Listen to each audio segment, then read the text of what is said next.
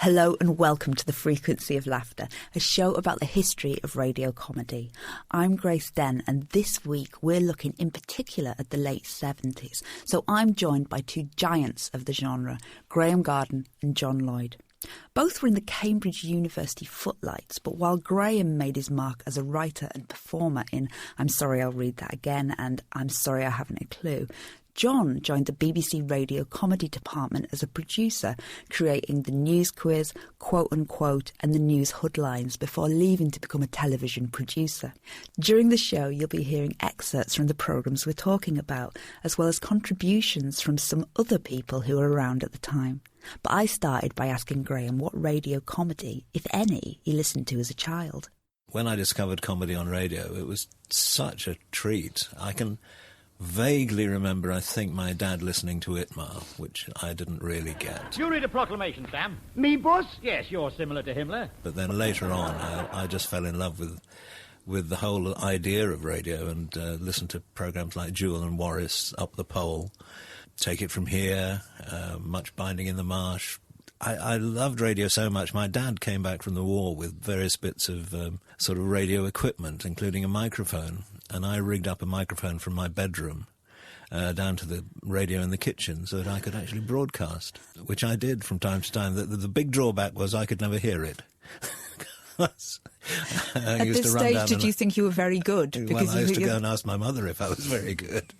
She seemed to be got quite a good review from her, yeah. We listened to the radio all the time, you know, in the evenings and particularly on Sunday lunchtimes. That was the great thing. Round the Horn, Beyond Our Ken, the Navy Lark. My dad was in the Navy, so we just thought that was absolutely hilarious. I've been on exercises with them before, you know. The worst time was when we went to Gibraltar. What happened? Did they hit the rock full on? No, just a glancing blow, actually.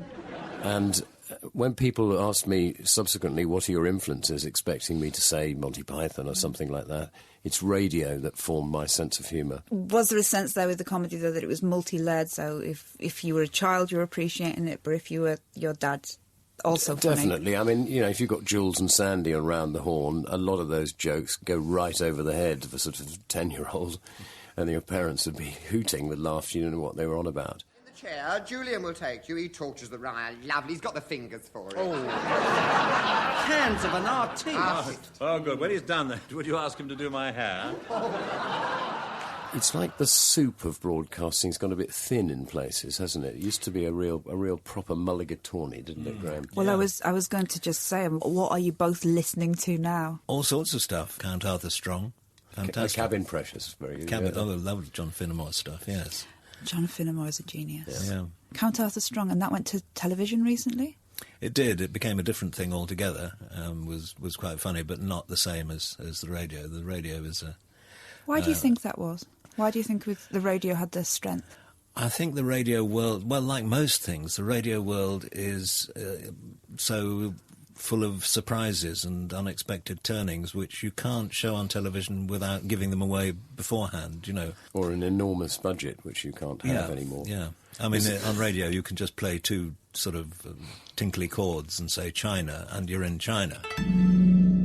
Somebody said the scenery's better on the radio, you know. Do you think there's a place for radio comedy never, ever being allowed to go to television, you know, just almost preserving the memory of it being so funny? I wouldn't like to ban anything. What happens, unfortunately, with some shows is that they're brilliant on radio, then they go to television and are not as successful. They get cancelled on television and they don't happen on the radio anymore. Partly why we've never really pursued Clue on television. Everybody else has done it, but we haven't, because, you know, there was always the fear that if it didn't work on television, then that might just be the end of it. What do you think you would lose if it went to television? All the pictures. Yeah, that's absolutely right. Please listen very carefully now to this very unimportant announcement. Can we talk about David Hatch? He became head of radio comedy in 1978, but he had been in I'm Sorry I'll Read That Again with you, Graeme. Was he a very good manager? Well, I knew David sort of from Cambridge. We'd been students together. But he ended up on I'm Sorry I'll Read That Again playing the kind of BBC figure that he was to become the announcer Hatch, who used to go mad every now and again, but also get the boring bits to say. He was always very supportive about scripts. He didn't really write much himself, but he was very, very keen to let you know when something was working well. And he was wonderful at getting everybody on board and making everyone feel they were a team, making everyone know that he was taking an interest in what they did. And he used to send out little hatchlets, where they called his notes. You must have worked for him when he was... Yeah, well, David, really, I owe my career to David, because he came down to see the Footlights in 1973 that I was in with a guy called Simon Brett. They liked the show, and they commissioned one off from it. And eventually, after I'd been hanging around like a bad smell in radio trying to be a writer, they said, would you like to be a producer? And I said, no, not really. I don't know what they do. They all seem terribly old. Am I old enough to be one of those? So I worked under David for 5 years. My name's Simon Brett. I was a producer in Radio Light Entertainment from 1968 to 1977.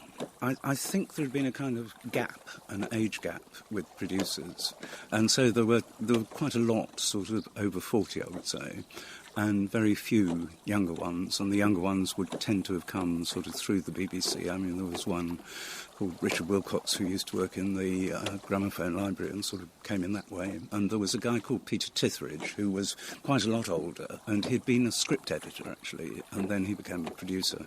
And he was the one who sort of delegated to look for this new infusion of talent, and so he had very good connections with the universities. But at that time, I mean, there wasn't any sort of comedy circuit. There was very little stand-up. Certainly the idea that every other pub would have stand-up comedians in it just didn't exist. So there's kind of the residual music hall and some rather elderly comedians. And the only place you could really look for which specialised in comedy was the universities. I mean, now you know, you can pick it up on the street. I mean, there's comedy talent everywhere. There's a sort of system. But in those days, those were really the only places to look. And it sounds terribly elitist, and it probably was. He was a very good manager, an incredibly caring person. You would arrive, you know, having worked very late, perhaps on a show like Late Night Extra, ended at midnight. You'd come in early for another show the next day, and there'd be a note on your desk from David saying, you know, heard the show last night, really good. I particularly liked, you know, the bit of music you did this with. What was David Hatch like compared to his predecessor, Con Mahoney? Con Mahoney wasn't a professional comedian. He had joined the BBC in the post room, I think, as a sort of left school early, and had had a very good war, as they say, and had risen to become Provost Marshal of Naples. Always remind me of Fred Emney. Do you remember that actor? Yeah. And he was rather like that. He was sort of rather polite. And David was the sort of fire of the department that, you know, pushing for new ideas and all that kind of thing. One figure who's fascinating from this period is Ian McIntyre, the controller of Radio 4 between 1976 and 1978. Now, he did a lot of things that shook things up in general. Cut the duration of Today, commissioned the first show that actually allowed listeners to complain about programmes disgusted of Tunbridge Wells. And apparently he once upset the head of radio drama so much they threw a chair across the room at him. Did you have any dealings with him? I really liked Ian. I thought he was very bright and terribly nice, and it was dusty in those days, Radio 4. It mustn't get too dewy-eyed about how brilliant everything was. You know, if you were young, it all seemed, you know, fusty and a bit slow and all that. And Ian came in like he was fresh. And one thing he did was he said, OK, he wrote to all the heads of departments, said, we all know that not every programme is your best. And he said, I want each department to nominate 11% of their output, which you don't think is really up to scratch. And I will put all that stuff into a pool, and all the departments will compete for the time. So it gives you a chance to have more output if you've got good ideas. Every single head of department wrote back and saying, all my output is equally good. And he was basically forced out by conservatism and the sort of baronial powers of the departments. And it's an interesting thing. That model's changed. Departmental heads don't have power anymore. All the power's in the hands of the controllers and the schedulers and people like that. It seems, though, that in the late 70s, this is when things really started to change, because the men from the Ministry and the Navy Lark both finish in 1977. But things like The Burkiss Way and Hitchhiker's Guide to the Galaxy, that's when they come along. Do you remember this feeling of kind of a new wave of excitement coming through? Well, this is my life. I was 22 when I got a job, and everybody seemed terribly old in the department. And these guys had all been famous in the 60s, you know, when radio was still big at the beginning of the 60s, and the 50s particularly, where they were getting audiences of 25 million on a Saturday night for things like In Town Tonight or whatever. And so I felt really a fish out of water, and I remember particularly when I shared an office with a guy called John Brown, and he'd say things like, I'm just interviewing my vintner later. He's popping by for some nice Spanish sherries. And or another time his tailor came in and measured him up for a suit, you know. And that turned round, really, in the 5 years I was there, it turned absolutely upside down. Suddenly everybody was young. You had Griff Rhys-Jones and then Geoffrey Perkins, Jimmy Mulville, Rory McGrath, Douglas Adams. And it suddenly felt, you know, by 1977 or so, it felt like a young advertising agency. And when David came head of the department, it was just an extraordinary, the most exciting job I've ever had. And the productivity was extraordinary. I made 500 shows between 1974 and 1979. That's a lot of output, because you've got this fantastic freedom. If you had a good idea, it would get made. Did you get to work with any of your heroes from your radio listening days? Kenneth Williams, of course, had a show there, so got to know Ken pretty well. He used to come into my office. He liked to he liked to know some of the subject matter in advance, because he was a bit of a historian, so he liked to read up on William IV or whatever, just so he'd have something to say that was interesting. And he used to come into my office in his little grey Mac. He was grey. You would hardly notice him in the street. He was so wispy. He'd come in and he would make me laugh for 2 hours. I would be, you know, crying with laughter, lying on the floor, unable to breathe. Always very rude, of course, you know, fantastically rude stories. Especially if ladies were present. He used to enjoy telling the rudest stories. It was mixed company. And then he would just drift out again in his grey Mac down the Marylebone Road to his flat. And I could never remember a single thing he'd said to me. I was going to talk about the Hitchhiker's Guide to the Galaxy in a moment. Can I just go back to the Burkiss Way? Mr. Gradner, I've got Jack Cousteau on the line. Well, throw him back. Yes, sir. The Burkiss Way is written by Andrew Marshall and David Renwick, who were just nonpareil as writers, fantastically good as a team. And the Burkiss Way was an incredibly inventive, what do you say, sort of Radio Python, sort of somewhere between your sort of Goodies, Python-y, I don't know what. I thought it sort of took a step forward from, I'm sorry, I'll read that again, really. Joe Kendall was in it. I refuse to be kissed by this drunken lecturer's pig. Oh, take the pig with you. Yes, sir. And it sort of took that into the next dimension, really. When shows like the Burkiss Way were first coming through on radio, did you sense like that the listeners at home were flabbergasted that this type of surreal thing? I mean, were you getting letters? What were people saying? I mean, we were sort of very up for anything, really. And the Burkiss Way specialised in what were called sort of pre-title sequences, you know, before you knew what the programme was, of doing parodies of something else. But the one I remember was... And now, from Norwich, Nicholas Parsons invites you to go to the lavatory. And then we had a torrent of letters, people saying, "Dear sir," I'm probably on disgusted Tunbridge Wells, "I've just heard a programme on Radio 4 called Go to the Lavatory with Nicholas Parsons. Has the BBC sunk so low?" It was just fantastic. We had such fun. It almost got all switched off immediately. Yes. Do you think we can trust him? Myself, I'd trust him to the end of the earth. Yes, but how far's that? About 12 minutes away. Come on, I need a drink. I'm going to talk to you about Hitchhiker's Guide to the Galaxy. Was this a real game changer? I think the difference in the comedy was that, like all good science fiction, it's not about robots and spaceships. It's about a commentary on current social, technical issues. And Hitchhikers was full of Douglas's quirky observations about the way we live. And I think that's always been science fiction's a great thing. And to combine that with comedy was, I think it was, in that sense, a game changer. It's also the flavour of some of these new shows. The Burkiss Way is one, and the News Quiz, which I started in 1977.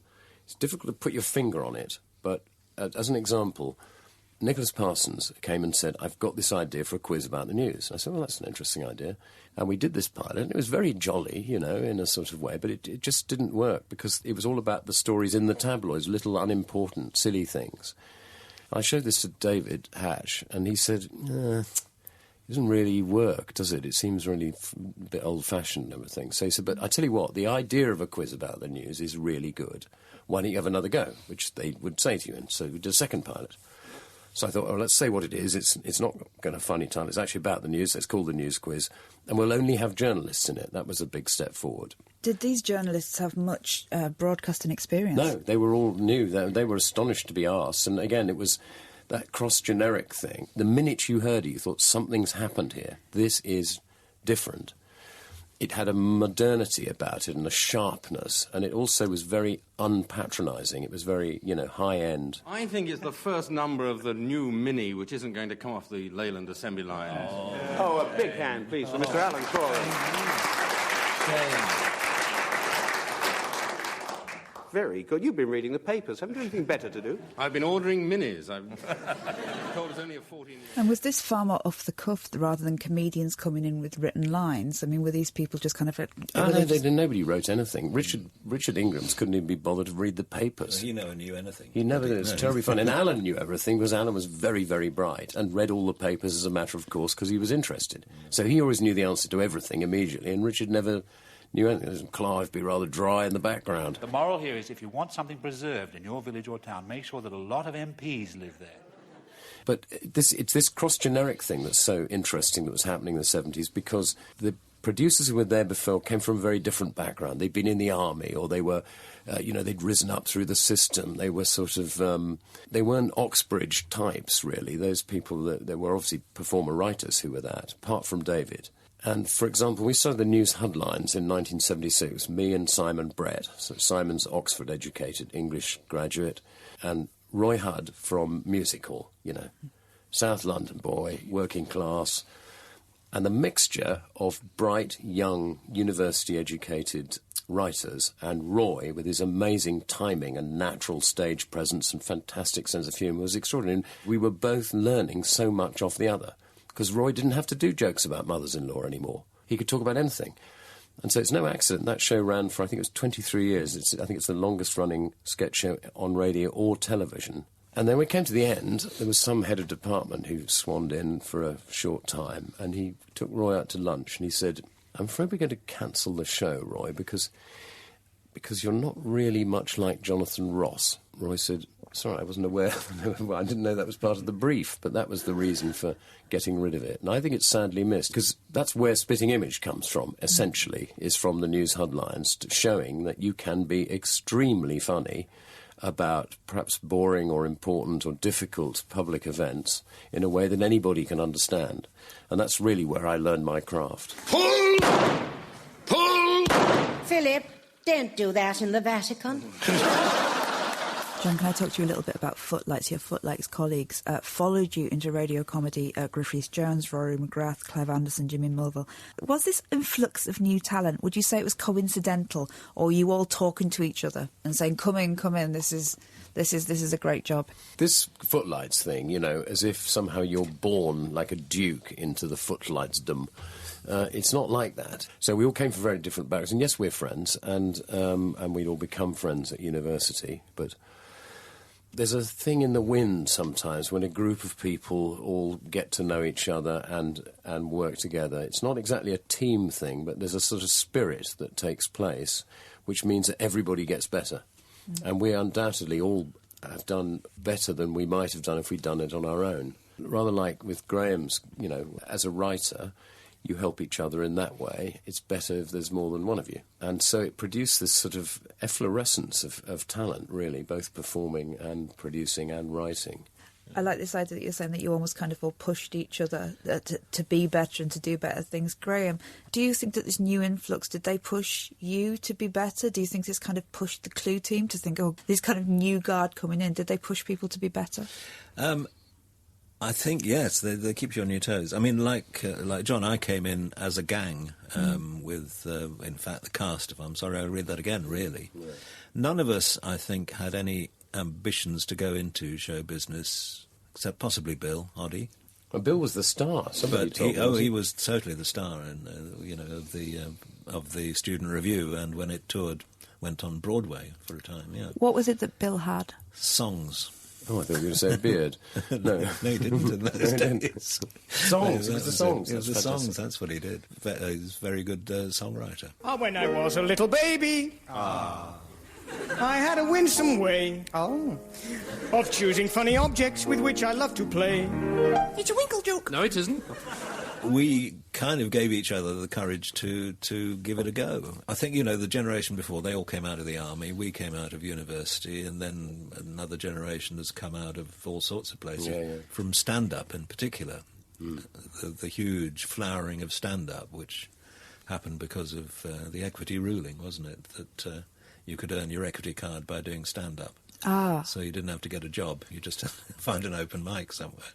I tell you, it's a very, very interesting thing I learned 2 days ago, which is what we always say when you're doing panel games. We say the reason there aren't as many women is because that's what the intake is. 10 times, I used to say 10 times as many men as women want to be stand-ups at all. So you can't see them, there just aren't any. But my producer on Museum of Curiosities, that's all changed in the last, 3 or 4 years, that it's now about 50-50. As many girls want to give it a go as men. So that's really exciting, isn't it? That will really produce a change, I think. I was going to speak to you about back then. Were there any women working in radio comedy? As producers, there was one in the department.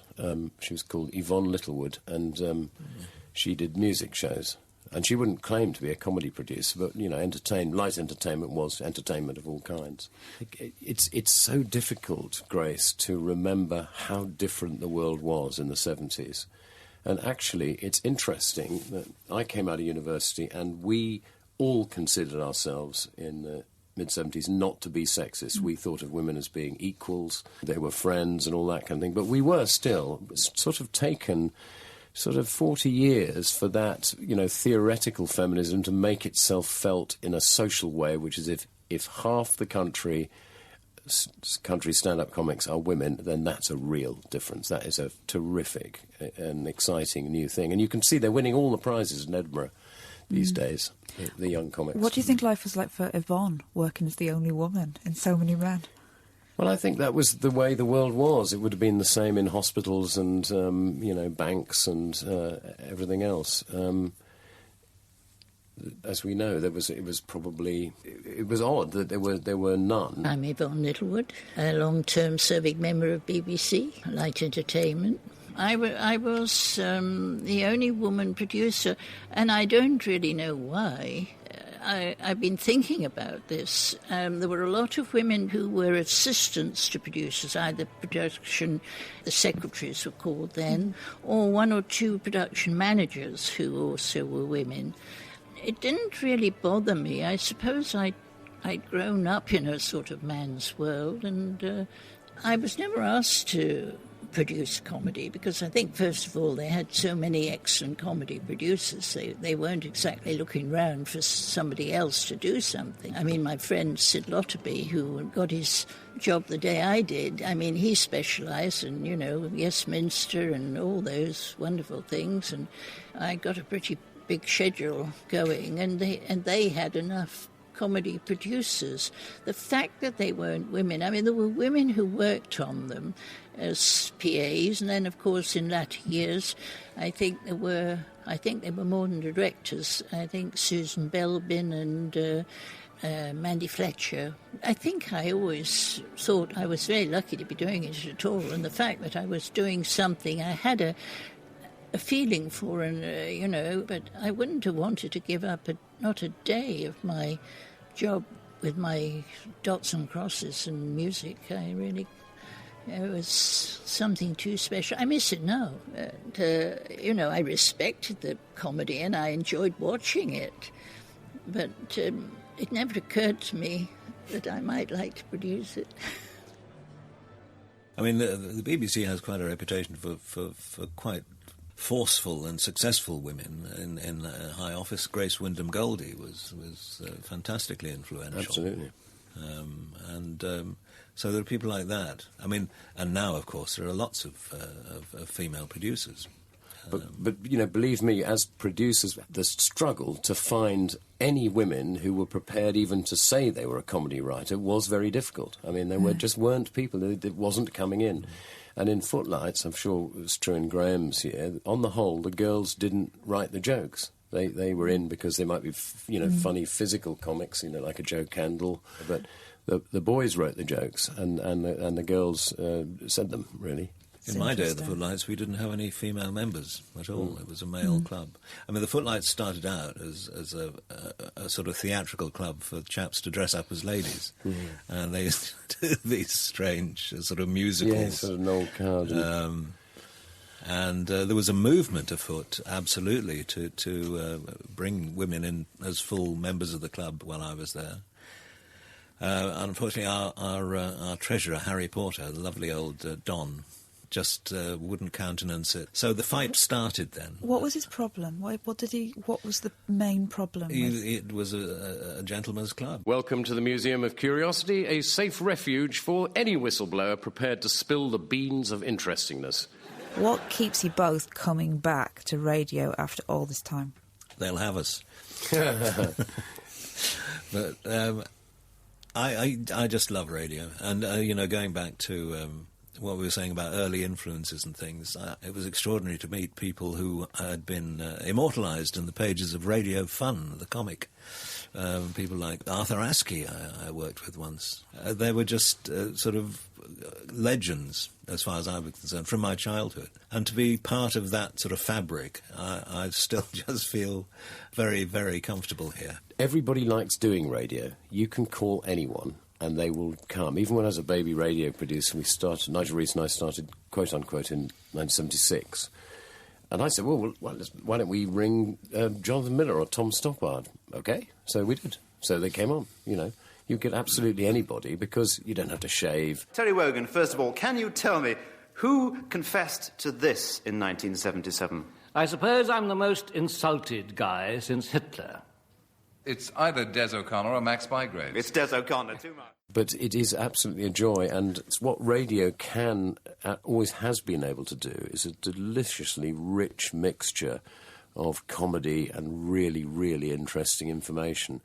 It makes you proud to be a member of the species. That was The Frequency of Laughter, presented by me, Grace Dent, with Graeme Garden and John Lloyd and Simon Brett and Yvonne Littlewood.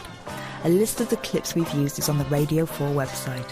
The producers were Ed Morris and Alexandra Smith.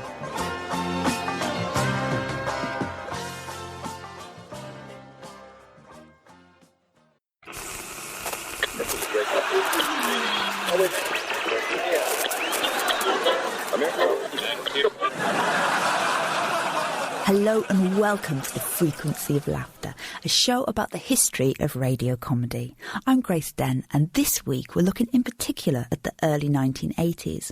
I'm joined by two people who were making very different programmes at that time. Angus Deayton, who was writing and performing in the sketch show Radioactive, which transferred to BBC Two as KYTV, and Michael Knowles, who, after adapting Dad's Army for radio, wrote the 1983 sitcom It Sticks Out Half a Mile with Harold Snowd, effectively a Dad's Army sequel. During the show, we'll be playing in some excerpts from the programmes we're talking about, as well as contributions from some other people who were around at the time. But I started by asking Angus about one of the first points on his CV, being awarded the BBC Radio Comedy Writers' Bursary in 1980. I've never heard it referred to as a bursary. My bursary. Before. I don't know where that word's come from. What did you call it? Writer's contract, I think. Which is basically they paid you for a year. That was kind of, they kept you on a retainer for a year, which was a way of stopping you, going off into other industries, I suppose, because no one really knew what they were going to do at that stage. I mean, you had people working in that department when I started, like, Geoffrey Perkins and Griff Rhys-Jones, Rory McGrath, you know what they went on to do, but at the time no one really knew whether they were going to be a performer or a writer or a plumber, Did you have an office here? Did you have a desk in the BBC? In the central No. How it actually worked, although it was supposed to encourage you to write for Weekending and Jason Explanation and News Headlines and all the shows that were going on at the time, what it actually resulted in was you thinking, oh, great, I'm being paid for the next year. I don't really need to do anything. I'll just put my feet up or go off and write a stage show, which is what we were actually doing with Radioactive. It allowed you to, in theory, work as a writer rather than having to work as a writer at the same time as delivering Meals on Wheels or a paper round or whatever else, because that's what most people were doing. They were working as writers, but they also had another job. First off this afternoon, here's an urgent piece of traffic news from our traffic department and Mike Cable. Hi, Mike. Hi, Anna. How's Trix? Oh, she's fine. Terrific. Well, thanks very much, Mike. Bye, Anna. Michael, as an actor who then turned to writing, do you wish that you'd swapped to that earlier? Do you wish that you'd gone straight and No. I had no ambitions at all. I mean, I fell into writing, I suppose, to make money.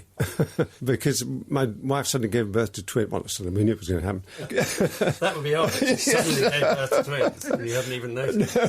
And I could see ahead of me 20-odd years of schooling and so forth.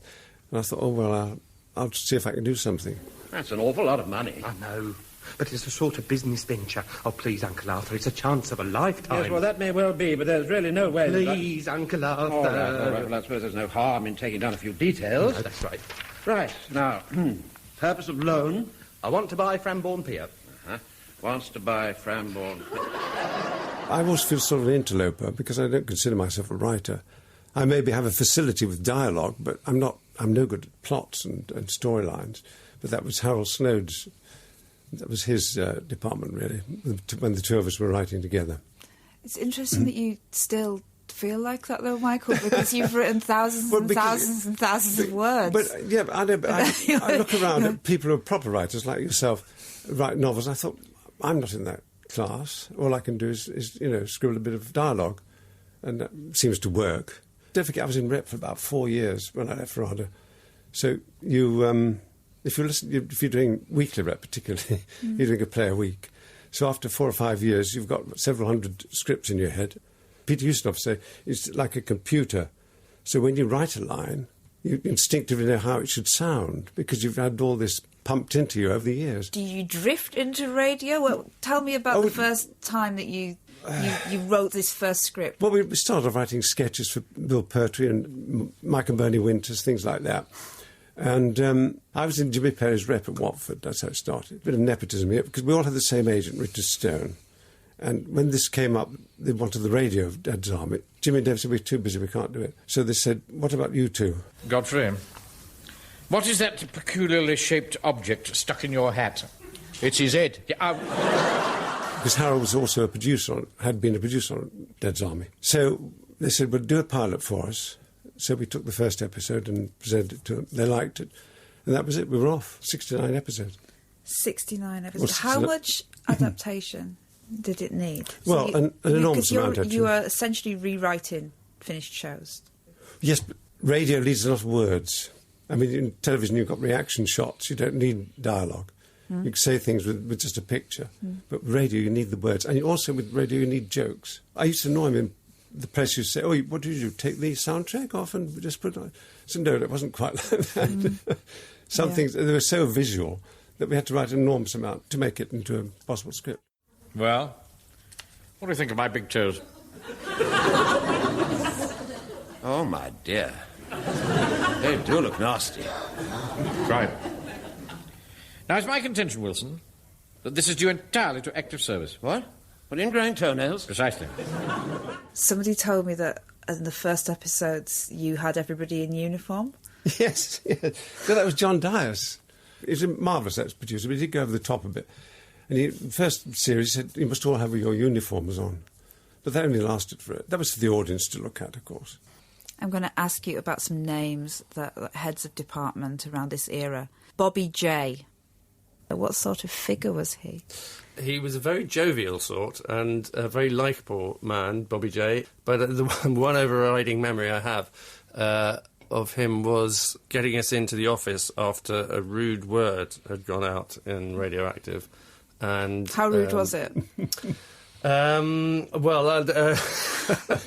These days, it's probably relatively innocuous, to be honest. In fact, there are guidelines as to how to use this word in the BBC even now, because you can use the word with the expression with rain to mean heavy downpour. Yeah. You can occasionally use it in the past tense to mean drunk, but the one time you can never use it is to mean urinate. And I can remember Bobby J getting me into the office and saying, listeners do not want piss coming out of their radios at 10 o'clock on a Sunday morning. But we'd got into trouble before, because the way round writing obscenities is to write it in such a way that it doesn't appear in the script. So we had a throat lozenge, I remember, called Quillies. If you feel down in the mouth... Quillies, they make your mouth feel great. Before you go out in the morning, stick Quillies in your pocket. Great. And because it looked completely innocuous on the page, it went out on Radio 4 and no one batted an eyelid. So Bobby J didn't pick up on that one? No, he didn't. No. Or one of the characters called Michael Hunt. Who's obviously abbreviated. Actually, he did pick up on that one, on that last one, and got us into the office and said, do you realise when this man's first name is abbreviated, it's quite rude? And we said, yes, but it has been going out for 4 series now. So he had to give in. I'm going to give you another name. Martin Fisher. Yes, Martin, yes. Now, Martin produced It Sticks Out Half a Mile. He went on to become a head of department. Have you got memories of working with Martin? Yes, I have. Well, a nice chap, I know. How much input would someone like Martin have on your work, though? I mean, how would you mean on radio? Yeah. I mean, was he tremendously involved? Yes. Oh, yes, he was. Yes, not so much as our previous director. That was John Dyers, but yes, Martin was fine. Yes. My name's Martin Fisher. I joined the BBC in 1959 as a trainee studio manager, and ground my way up to being a producer in light entertainment radio, as it was then called, and eventually head of the department in 1984, and stayed there until 1990, and ended the last 3 years of my career as head of comedy and television. I only came in because the series had a sort of albatross hanging over it, like in The Ancient Mariner. What happened was that the pilot was recorded, and then the producer of the original pilot became ill and was taken off what might have been the series at the time. And then, to make things worse, Arthur Lowe, as Captain Mannering, sadly died, and so the whole pilot had to be scrapped. I got a request, I think it must have been from Bobby J, who was head of the department, would I take over the series, which was commissioned. And instead of Arthur Lowe's character, Bill Pertwee's character, Hodges, the ARP warden, was drafted in. And so we went ahead with him, John LeMessurier, and Ian Lavender. It was very pleasant. All the casts were very cooperative and helpful, and it went very well. So I had no problems at all with actually recording the series. And they went out, and they were quite popular. But sadly, again, as I was editing, and it's typical, it was the 13th episode, 13 being unlucky, I got the news that John LeMessurier had died, and that spelt the end of a second series which had already been commissioned, and the whole enterprise, in Private Fraser's words, John Laurie, we were all doomed. I mean, my memory of all the executives is that the main aim with any programme was that no one complained about it. That was regarded as success. Yeah. It was very much, it went out and we got away with it. There weren't any letters in green ink from retired colonels in Cheltenham, and that was a successful show. Looking at BBC comedy and the intimacy of radio, I think there was always a sort of carefulness about what might shock an audience, because radio, without the visual image, I think has the power to shock more than television. And I think it was inbred in all new producers, the collegiate atmosphere that existed in the BBC at that time, that you followed what had gone before you, and there was a certain carefulness in what was allowed out and what wasn't. But writers and some producers always wanted to push the boundaries at the time, and they used to often sneak into scripts material that perhaps wouldn't have been allowed if they'd told anyone about it before it went out. There was the example of The Goon Show back in the 50s, where Michael Benteen invented a character called Captain Hugh Jampton, which, if you know your Cockney rhyming slang, Hampton equals Hampton Wick. So it was always there. They just took forever to make any decision, irrespective of who you're talking about. We did our pilot show of Radioactive. It took a year for them to decide whether we should have a series or not. And then after we'd done our series, I remember one of the executives, it may have been Bobby J, saying, OK, well, that's commercial radio. What would you do if we gave you a second series? And we thought, well, the same again. That's the idea of it. It's a parody of commercial radio. And indeed, they're very sniffy about it and weren't very keen. And then I think we got given a Sony award. And suddenly we were the blue-eyed boys of the department and, you know, please have a second series. So they're quite easily led. How did that executives. Well, it was great. I mean, it was sort of... because you weren't quite sure if it was any good until that moment. You sort of hoped it was, but you didn't really know. Audiences were laughing, but, you know, it's not quite the same. And so to be given an award by your peers sort of meant it was a seal of approval. You know, you felt as if, OK, right, we're here now. Well, that shouldn't be difficult. She works for the council in forward planning. We haven't touched on the studio audiences. Before the audience came in, we sat at the foot of the stairs and you could see them coming down, and you could always tell by what was coming down the stairs what the reaction was going to be like. I mean, once we had an audience of almost entirely Japanese, so we recorded it to silence. And then the little Scandinavians came, and they were a bit slow. But you could always tell, you know, oh, no. And if they were very old coming down, oh, God, no, they're not going to get this. You know. We had the same two old ladies that always sat in the front row. Yes, that's right. Yes. Joyce and someone, I can't remember. Everything. Every single show. But it was great, the Paris studios. We used to do the read-through in the narrator's suite, as they called it. That's right. Which was where Churchill had broadcast his speeches during the Second World War. Yes. Which were slightly funnier than some of the scripts we did, I have to say. That's right. What General Weygand has called the Battle of France is over. The Battle of Britain is about to begin. The read-throughs with Dad's Army were quite amusing sometimes, because actors would find their favourite bits, because it's not the television script, have gone, where's that line gone? Well, I used to say this here. Well, sorry, it's a different story now. And then some of the older actors, like John Lloyd, said, rubbish, loose writing. You get a lot of that coming at you. You had to get used to it in the end. Yes, it was fun, but nothing much was changed. It was too late by then in the afternoon. Hello, playmates. Ah, thank you. Can you smell mothballs? 1979 saw the opening of the Comedy Store. 1982, the Young Ones and the comic strip begin. They just bypassed radio. Was there a sense in the BBC of, hang on a minute, why did we not have them? Or did you not care?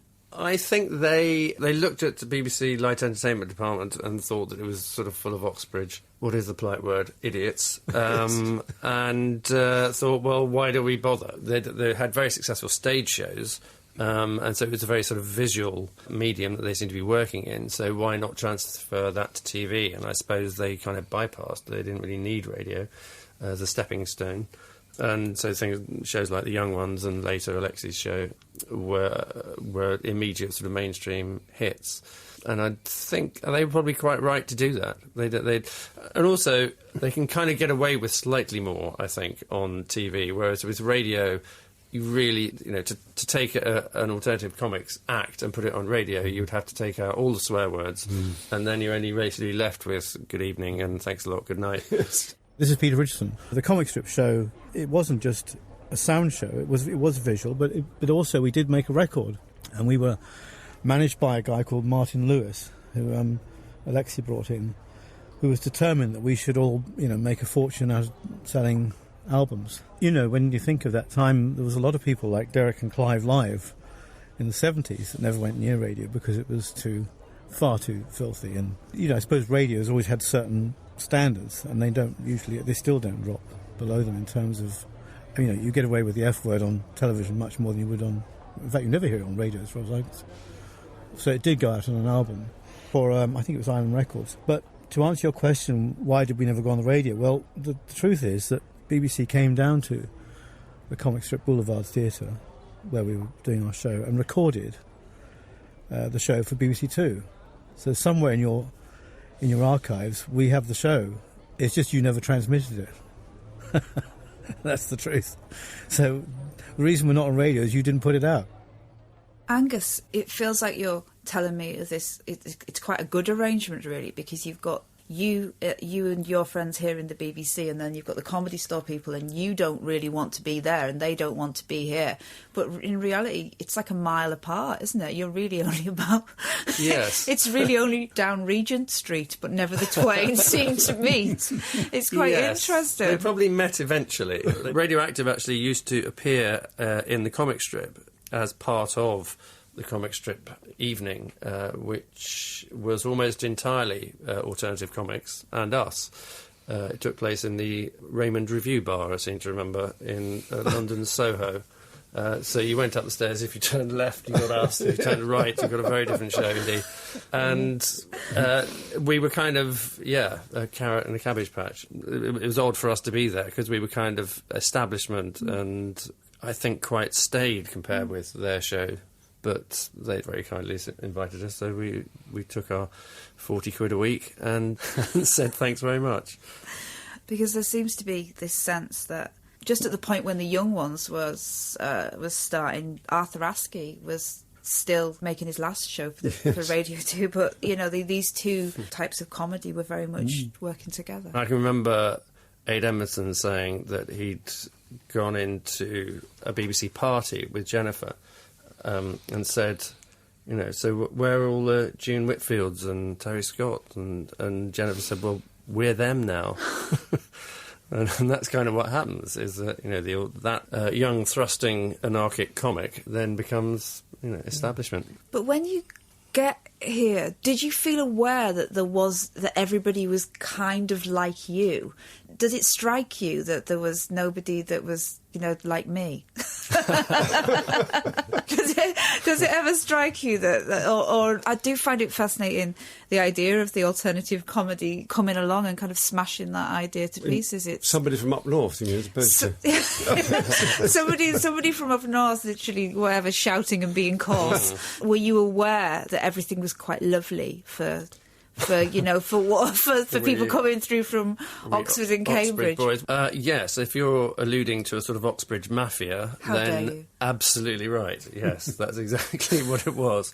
Yes, I suppose there had been this sort of history of through the Pythons and I'm Sorry Again and the Goodies and all that sort of automatic transfer there seemed to be after people had done the footlights at the Edinburgh Festival or the Oxford Review, that they would expect some kind of a job at the BBC Light Entertainment Department, and that's sort of almost exactly what happened. But there's always been this tradition of getting into the theatre, either through the university, through Oxbridge. I had a choice. Am I going to Cambridge? My housemaster said, I'm putting you down for Magdalen. In those days, you couldn't do that. I said, oh, no, so I'm going to RADA. So you had that, and I think it still pertains, that you can go in that way or the other way.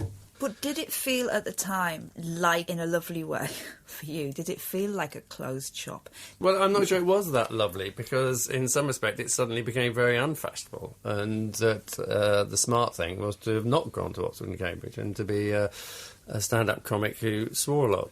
But, they were very successful, and they were the ones who were very angry and, took up the sort of political cudgel and left us alone, really, because we weren't really interested in satirising that sort of side of society. Radioactive mass debate.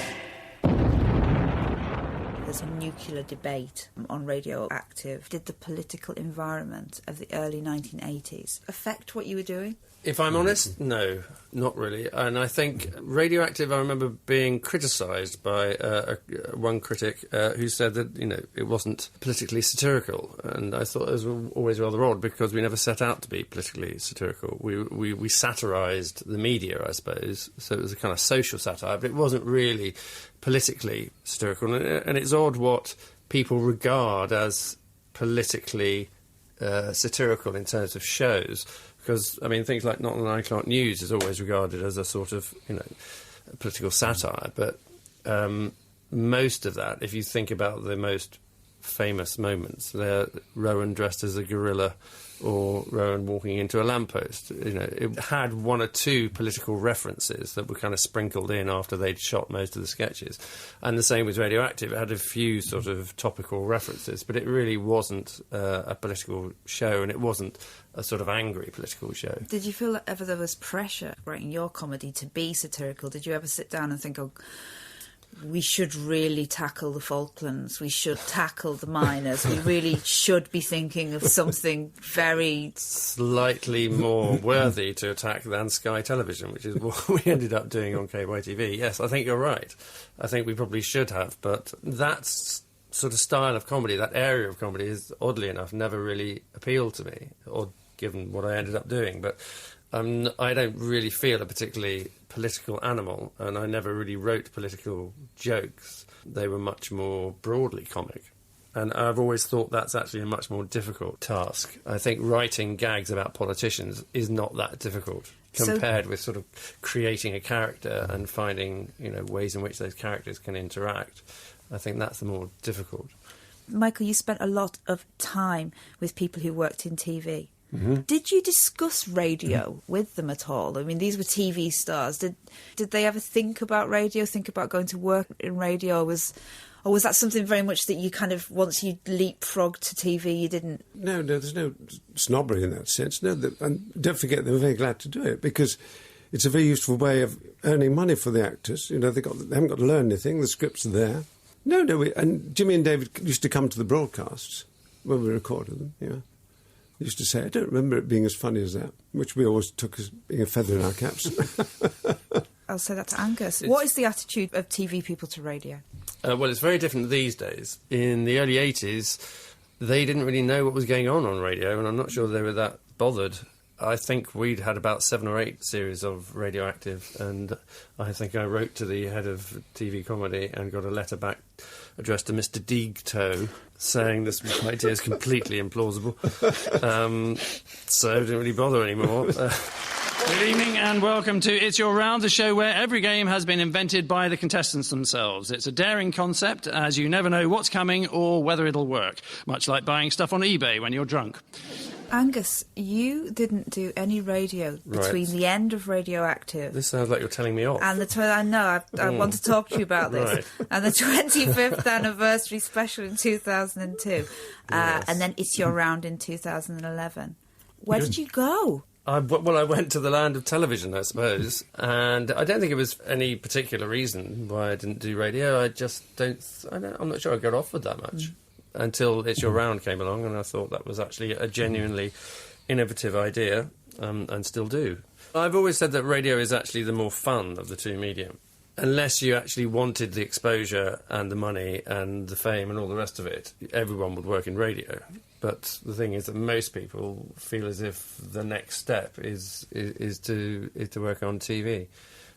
So I guess that's why people end up doing it. And obviously, it's much better paid, and people regard it as I suppose, as the ultimate achievement is to be successful on TV, whether that's correct or not. So no more Radioactive. Ever. Well, we did have lunch together the other day.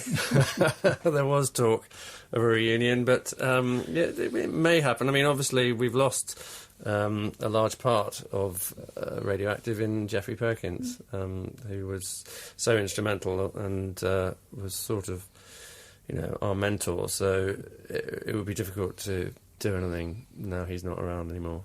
But, never say never. Might do. Well, I just don't want to be bombed. Have you ever been bombed? Well, that's not the... Have you ever been bombed? No, but... Then how do you know you don't want to be, then? Well, obviously... You might quite like it. A lot of chaps in the last war quite took to it. Said it gave them a chance to find out just what sort of stuff they were made of. Look, I know...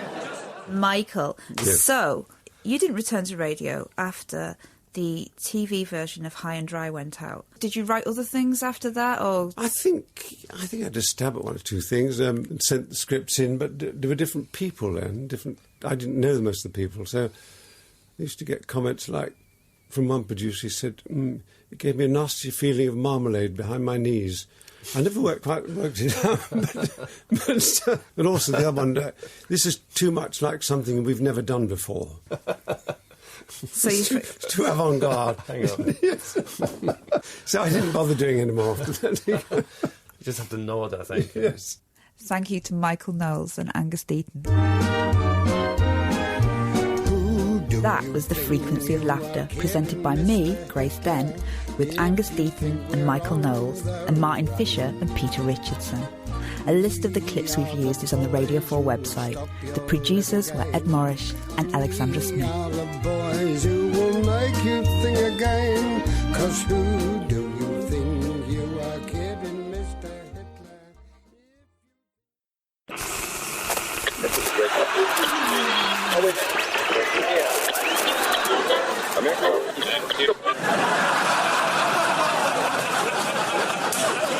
Hello and welcome to The Frequency of Laughter, a show about the history of radio comedy. I'm Grace Dent, and this week we're looking in particular at the late 80s. And my guests this week are someone who'd been writing radio sitcoms for over a decade by that point, and someone who was just getting his first jobs in radio. Hugh Dennis is now familiar from programmes like The Now Show, but in 1988 appeared in the Radio 4 series Live on Arrival alongside his comedy partner Steve Punt. Jim Eldridge started out as a poet in the 60s, but had a hit with the sitcom Parsley Sidings in the 70s. And in 1985 started another one, King Street Jr., which ran for 20 years on Radio 4. And during the show you'll be hearing excerpts from the programmes we're talking about, as well as contributions from some other people who were around at the time. But I started by asking Hugh what radio comedy, if any, he listened to as a child. I was a radio fan, I think, because the radio was the only thing that was on all the time in our house. But it wasn't... it was always Radio 4 for some reason, which I never quite understood, except Saturday... No, after lunch on Sundays, we swapped to Radio 2, but it wasn't called Radio 2 then. I think it was the Lights programme. Yeah. And they used to do... I don't know what the programme was called, but they used to do sort of comedy shows. So on that, they always had repeats of Hancock's Half Hour, and they had a lot of Bob Newhart sketches. So I knew things like, Driving Instructor and Sir Walter Raleigh and all that. So were you listening to anything? Well, when you were... don't forget, I'm a certain age, as they say, so therefore we didn't have television. Yeah. I mean, the only time we had television was cup final days when we'd go round to a cousin who had one, and the whole family would turn up all over the place in King's Cross and just go and watch this 2-inch square thing in fuzzy black and white. So we had radio, and for me, radio was The Goons, Hancock's Half Hour, and Journey into Space by Charles Chilton, which was not comedy, but gripped me totally because it was, no audience. So it was a sense of realism. I actually believed in it at that age. I was always very susceptible. The story that follows is rather complicated. So, to avoid complications, we open with Act 3, Scene 1, Part 2, the same afternoon, enter a human being. Talk to me about listening to the Goons on radio. I know this was such a big place in so many people's hearts. Well, the thing for me, what I loved is later, the producer of the Goons was the same producer as Hancock, which is Dennis Main Wilson. And years later, he became my first producer for my first TV sitcom. And I was just in awe. I am working with Dennis Main Wilson. And that was quite special for me. And he was a comedy genius. Interesting to work with. Let me put it like that. Well, he was great. I mean, I shared a hotel room with him on location. Oh, right. So the expenses thing at the BBC hasn't altered over those years. I knew him quite well. And he was wonderfully erratic. You often didn't know what was going to happen, which is where the comedy would come from. So hence the goons, you know, that encouraged the whole thing, the madness of it all. It was great. Are either of you listening to radio now? Are you big radio fans now? I listen to quite a lot of radio, but I listen to radio kind of when I'm driving. You know, I have radio on. I need constant noise, actually. I'm not very good with silence. I found it quite difficult to be silent during Jim's bit then. I can understand. So I have the radio. I have the radio on a lot. Is there anything you look forward to being on, not apart from your own? The Knowles Show! I was going to say, the Now Show. Have we not mentioned the Now Show? That's a good show, isn't it? But I first remember you with the Merry Whitehouse experience. Do you? Which I thought was wonderful. On radio? Yeah, on radio. I mean, it was amazing because you had these two double acts, wasn't it, really? Yeah. Biddle and Newman and Punt. Well, they were sort of a double. I mean, the Mary Whitehouse experience started. It was a show called Hey Radio, which was when the comedy department of the BBC was doing comedy for Radio 1, which doesn't really happen anymore. Out of that show, the two pairs, they just wanted writer performers, really. So they, Rob and Dave weren't really a double act, but they were both writer performers who were sort of prepared to pretend they were a double act. And they sort of became one, didn't they? But they really did their own material. And me and Steve. And we were on Radio 1. I think we did 48 shows or something in 18 months. And it was in the Paris studio, which was fantastic place to record anything, which isn't, for those who don't know, isn't in Paris. Now, Crime Stoppers would like to hear from you if anyone has been trying to sell you a cheap second-hand car stereo. How much were they asking? £70? £60? It may sound too good to be true, but be advised. You can get them from me for £25. When we created, John Fawcett Wilson and I, we created the first pilot for King Street Junior, they booked us into the Paris. And we said to them, well, actually, we don't want an audience on this. It's not that kind of show. And they said, but it's a light entertainment show. We said, yes, but it's not that kind of light entertainment. There are going to be moments in it when there are no laughs. It's an Ellie show. You have the Paris. And cutting to the chase, they insisted we have it, and we didn't advertise it, and we wouldn't have an audience. Honestly, sometimes this place is like a lunatic asylum. There is one major difference. What's that? In this place, it's the staff who are mad. And Hugh, coming from a live comedy circuit background, presumably your inclination was always to perform with an audience? Yeah, it always felt a bit strange if you didn't. I don't think I did anything without an audience until... Weekending? Yeah, I suppose Weekending didn't have an audience. And in fact, when I say I didn't do anything without an audience until the very first thing I did for radio, which was Weekending. Tell me about working on Weekending. Did you enjoy that? I did enjoy it. I was so much the sort of junior in that. I can't remember why I did it even, but we knew the producer and Steve was writing on it and said, I've got a mate who can do some voices, I imagine.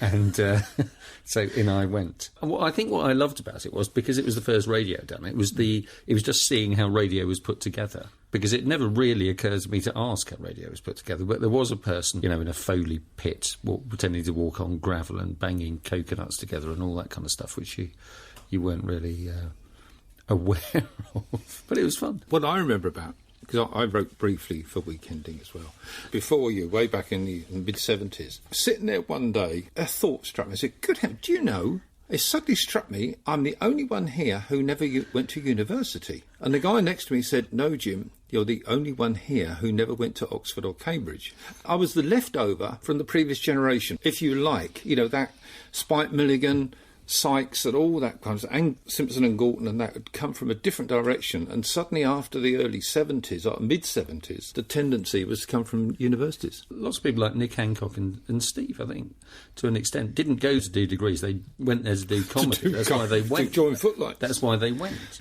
But when we left, we were sort of aware that we'd been propelled into this world where none of that counted. In fact, if anything, it counted against you, really. And I remember one of the very early gigs we did when Arthur Smith was comparing it and introduced us as having been in Cambridge Footlights last year. It was like you could just feel the room kind of go, and you thought, oh no. So for years, really, we just simply didn't mention it. Did it feel, though, massively unlucky that Footlights had opened all these doors for everybody, and then you seemed to get off the train with your Footlights history, and you were never allowed to mention it ever again? Well, yeah, kind of. But it's a sort of bubble. University is a bubble.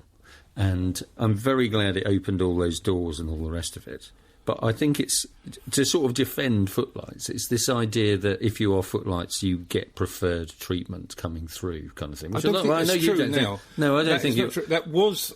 Yeah, I think but I think there is at least some element in that of, as I say, people going to Oxford and Cambridge specifically to do comedy. But it did feel a bit odd not being able to mention it. I don't really like mentioning it now.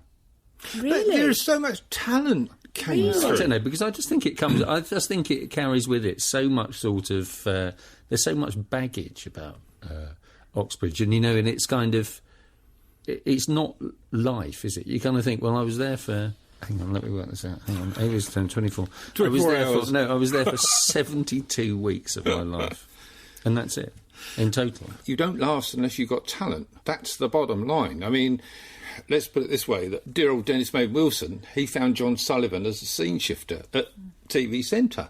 But if John Sullivan hadn't had the talent, it wouldn't have lasted. Doesn't matter how you get in. For what it's worth, one of my children said he'd heard that they were going to close the school down. Well, I'm not surprised. How did King Street Junior start? Well, what happened was, I did this sitcom called Time of My Life with Dennis Maid Wilson, and I got the commission for the second series, and then Billy Cotton Jr. saw it, hated it, with a venom that is difficult to describe.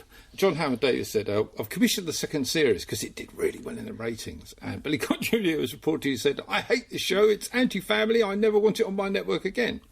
So they had a problem because they commissioned the second series. Why was it anti-family? Well, I didn't think it was. It was dark.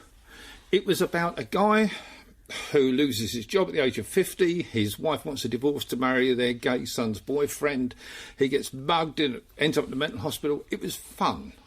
So Billy Cotton hated it and said, right, cancel that. So they then commissioned me with some other shows. And I then pitched and we discussed King Street, the school series based on what I wanted to do. Why King Street Junior? I loved teaching. I'd worked in a school in Luton, which was fantastic. When I first went there, it was 75% Afro-Caribbean. By the time I left, it was 75% Asian, mainly Muslim. But there was this wonderful thing. When I was first there, we applied for a steel band kit. By the time it arrived, most of the Afro-Caribbeans had moved on. We had the best Muslim steel band who could all play Yellowbird. Fantastic. It was wonderful.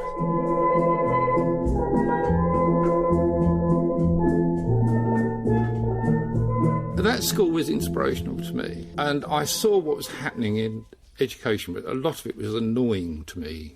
The government at the time, the minister at the time. So it developed, and it went on from there. AIDS has become an excuse to hate people. The argument is that AIDS was sent by God to punish people for being homosexuals. In that case, what was the plague for? To punish people for wearing period costume? Radio 4 tried a couple of showcase formats for alternative comedy. Up until then, there was the Cabaret Upstairs in 1986. Yeah. But it was really Hey Radio. Hey, how would you say that? Hey Radio. Why do you think it's an exclamation mark? You think you've got to go, No, Hey Radio? there just seems to be a lot of lots of R's. Anyway, why do you think that the Mary Whitehouse experience, why was it that opened up radio for stand-ups? Well, I think it's because it was on Radio 1, actually. I think it was just somewhere that kids don't generally go to Radio 4, do they? But lots of them were listening to Radio 1. Now, the powers that be want the kids to listen to this show. So that's why it goes out at 9 o'clock on a Friday night when all the kids are in the pubs. So there was two very different audiences for radio comedy at that point. Do you think it was a completely different demographic that went to Radio 1? Yeah, no, I think so, absolutely. Yeah. There's a big audience for comedy amongst youngsters, but they had to listen to what their parents wanted until the invention of the transistor radio. You can listen to your bedroom and choose. Hello, I'm Johnny Beeling. I was controller of Radio 1 from 1985 to 1993. Well, I suppose ultimately the change of direction came from John Burt. He was Director General at the time, and it was a fear that when the charter was renewed, the BBC might lose Radio 1 if we couldn't demonstrate to the opinion formers that it was substantially different from commercial radio. And then he came up with the notion that we should also include comedy on the network. So I consulted with the head of Light Entertainment, Martin Fisher, and they came up with the offer of the Mary Whitehouse Experience, a comedy specifically written to appeal to the younger audience.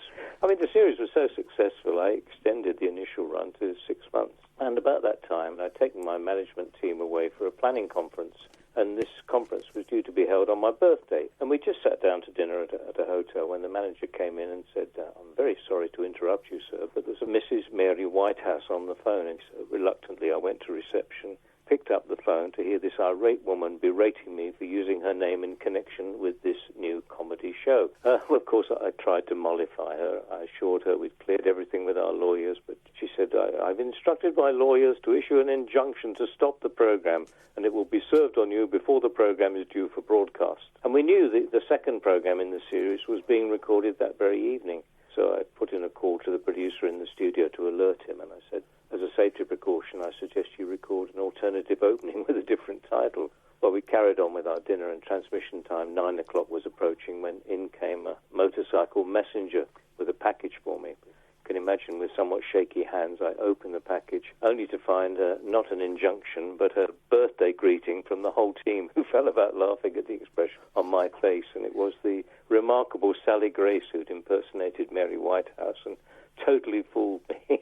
Radio can be much more responsive than television, actually, and it can move a lot faster. You know, one of the great things about doing the Now Show is that you do it, we record it on a Thursday, it goes out on a Friday, but there are very few layers involved between recording it and it being broadcast. Whereas on telly, there are all sorts of layers, and there's massive editing, there are lots of meetings and all the rest of it. Radio is just much simpler and much more reactive, really. It's smaller.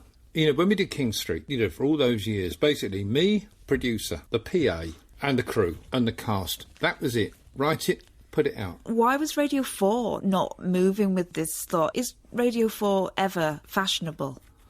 It doesn't move quite as fast, does it? And but it did do shows. So the Cabaret Upstairs was Radio 4, wasn't it? And that was responsible for a lot of people coming through. That gave, I think, Clive Anderson his first. He hosted that, didn't he? But Cabaret Upstairs, which was just recorded in... it was people's cabaret sets, essentially. It was just taking the London cabaret circuit and putting it on radio. And that's where Steve and I came from, really, because there were two series of the Cabaret Upstairs, I think. And in the first one was at Hemmingford Arms, I think, in Islington. And it's quite difficult, if you're a double act, to stick to the required length of time. Because there's no way of kind of going, hang on, we've got to stop now to each other when you're... No. So we just carried on, and we did about twice as long as we were meant to, and we got really, really badly told off by Alan Nixon, I think it was. Who went to be head of comedy at Channel 5, a channel I've never been on, and possibly that's why. Anyway, I'm sure it was all our fault, but very little of that one season. And the next year, and I can't remember who was meant to be on the show, but one of the acts pulled out, and that meant that Steve and I effectively got half the show. We sort of had about 15 minutes of stuff, and that kind of launched us into, you know, the sort of Radio 4 world. Was this at a time where sketches were becoming less popular and people wanted stand-up? Not quite. It was a sort of transitional period. But that's an interesting thing, you see, is that I'm sure we got on telly quite fast because we knew about sketches. We knew sketches. And even now, telly doesn't know what to do with stand-ups. So stand-ups go to panel shows, don't they? Stand-ups very rarely get their own show. And even if they do get their own show, they'll get sketches in them. So, but sketches, they're very visual, aren't they? And telly knows what to do with them. What happens to a double act, though, when people want stand-up? Well, we were terrified, really, when we first started doing places like the Comedy Store. But because we were so sort of nervous of it, we developed this set which we thought would be unheckleable, completely unheckleable. And Steve talks very fast anyway, and he just sort of he put his foot down on the accelerator. 1926, the BBC is first set up. 1927, the Daily Mail first questions the licence fee. Broadcasting at this time is very formal. Good evening, it's 6 o'clock and here is my butler with the news. Yeah, basically, the setup was Steve Punt and his naughty friend. That's essentially how it worked. And Steve, we did a story, and we did a murder mystery, and we did another sort of detective story. I had a bag of hats and coats and things, and Steve would tell the story, and I would just chip in occasionally with a silly boy sort of hat or whatever. It worked really well, actually. And when we go out live now, that is still essentially the sort of format that we do. It's sort of, Steve drives it all, and I just sort of sit watching until... But one person doing something and the other person interrupting will always be funny. Oh, yeah. We have handed Hugh an effortless way with which to totally ruin the recording. At any point he... You talking about? Is there an essential quality of what a Radio 4 listener likes in their comedy? Well, I think there is something about, as in everything, I think the radio station that you listen to says something about who you are, and people are quite concerned about that. That's why people shop at Waitrose, right? I mean, it's the same sort of thing, isn't it? And I think Radio 4 listeners actually like clever comedy. And that's one of the things I've always liked about it, actually, is that it's a home for sort of jokes that you could never, ever do anywhere else. Can you be rude on Radio 4? Yeah. Yes. Can you be smutty? Yeah. You can do, because Radio 4's got an enormous history of being smutty. Yes. I mean, if you listen to Julian and Sandy... I was going to mention the funniest double act ever. Yeah. I was actually looking at some of their scripts the other day before we came down, just to remind myself. And you have to remember, at that time, homosexuality was illegal. As the famous line goes when Kenneth Horne says, I wonder if you could help me on this. And they said, well, actually, we have a criminal practice that takes up most of our time. And it's, absolutely outrageous for that time. You also asked me a question earlier, which is sort of relevant to this, when you say, is Radio 4, has it ever been fashionable? And I think the answer probably is no. And in some ways, like with, in the early 80s and alternative comedy and all the rest of it, it may have missed out on certain things there. But the fact that it isn't fashionable is also an enormous strength, really, because it doesn't... Certainly for performers, because that, the Now Show, for example, we're now series 43, but we're still regarded as we're the young ones. We're sort of, we've hardly been around at all. We've done nothing because it is a station in which fashion it really doesn't count for very much at all. It's just whether you're funny or not, which is an enormous strength of the station. It's a home for very sort of well-written, well-crafted, thought about. A certain type of consumer is worried. Type being the man a friend of mine saw in his local Waitrose, shouting loudly across the aisle to his wife, "Darling, do we need parmesan for both houses?" People say that Radio 4 comedy is smug. You'll hear people say that. Can we possibly defend ourselves against that accusation? I actually disagree, because you will always find some performers who appear to be smug. But it's not the channel. Because if you look at the breadth of Radio 4, of what's on, it's not all upper middle class, It's a variety. I'm not even sure what smug means, really.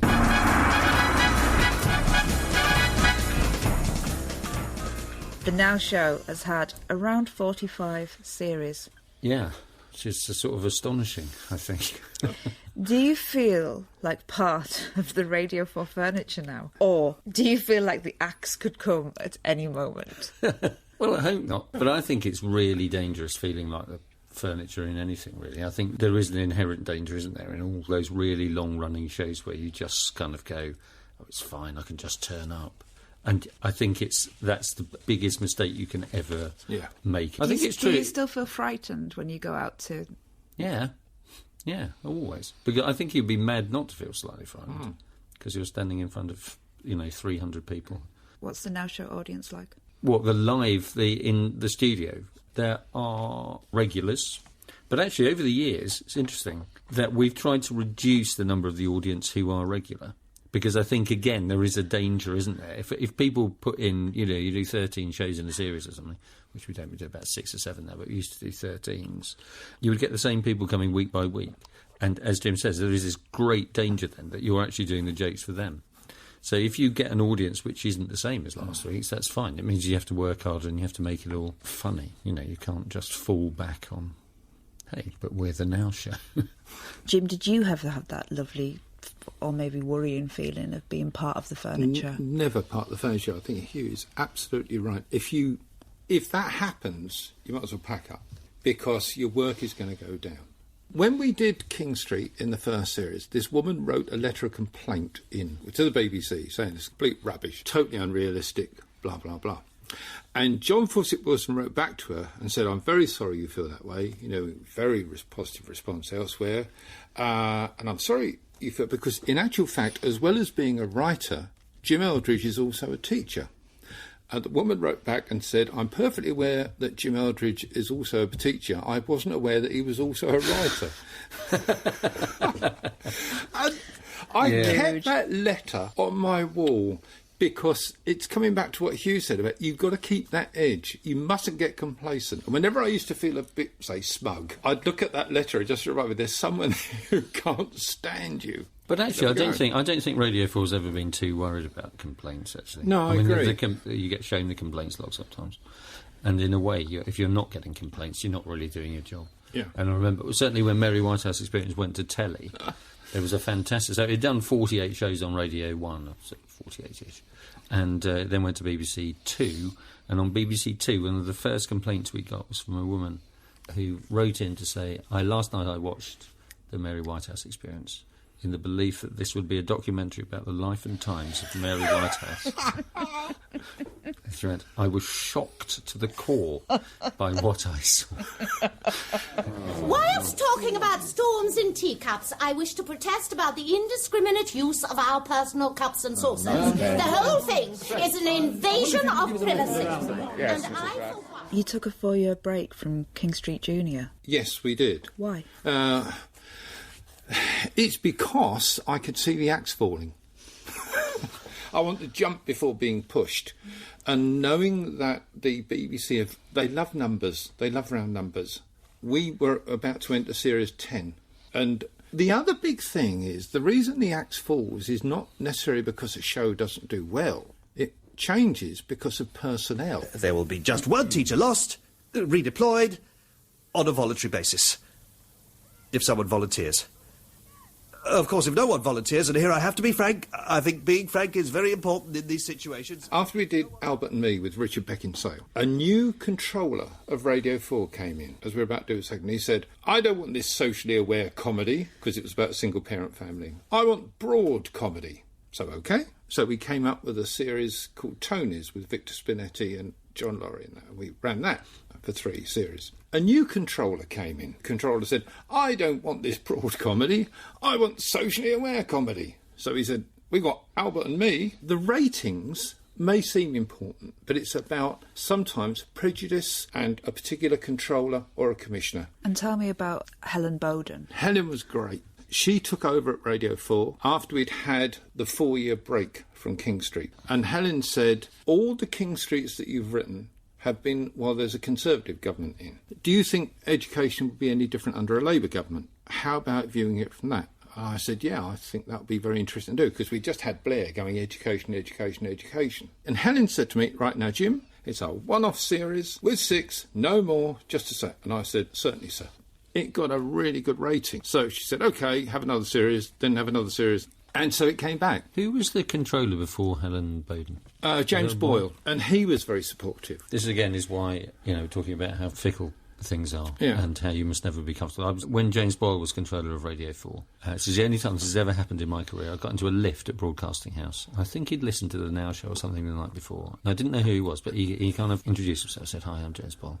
Now, listen, what else do you want to do on Radio 4, you and Steve? I thought that was a great show, so just let me know what it is, honestly, anything. And I thought, this is fantastic. This is the controller of Radio 4. He said, do whatever you want on Radio 4. So I went home with a spring in my step, turned on the news the next morning. He'd resigned. He'd gone. Thank you very much, Hugh Dennis and Jim Eldridge. Thank you. Thank you. Thank you very much indeed for listening, and goodbye. That was The Frequency of Laughter, presented by me, Grace Dent, with Hugh Dennis and Jim Eldridge and Johnny Beerling. A list of the clips we've used is on the Radio 4 website. The producers were Ed Morrish and Alexandra Smith.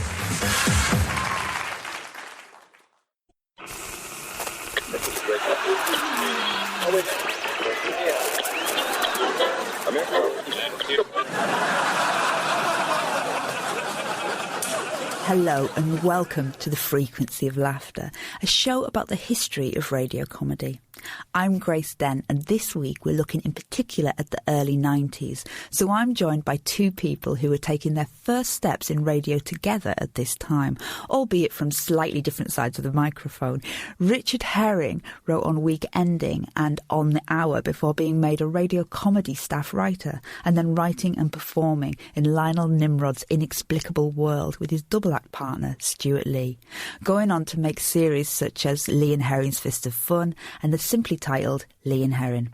My other guest, Sarah Smith, was the producer of Lionel Nimrod and Fist of Fun, as well as The League of Gentlemen on radio and television, before moving into film, where most recently she set up the Locksmith animation studio.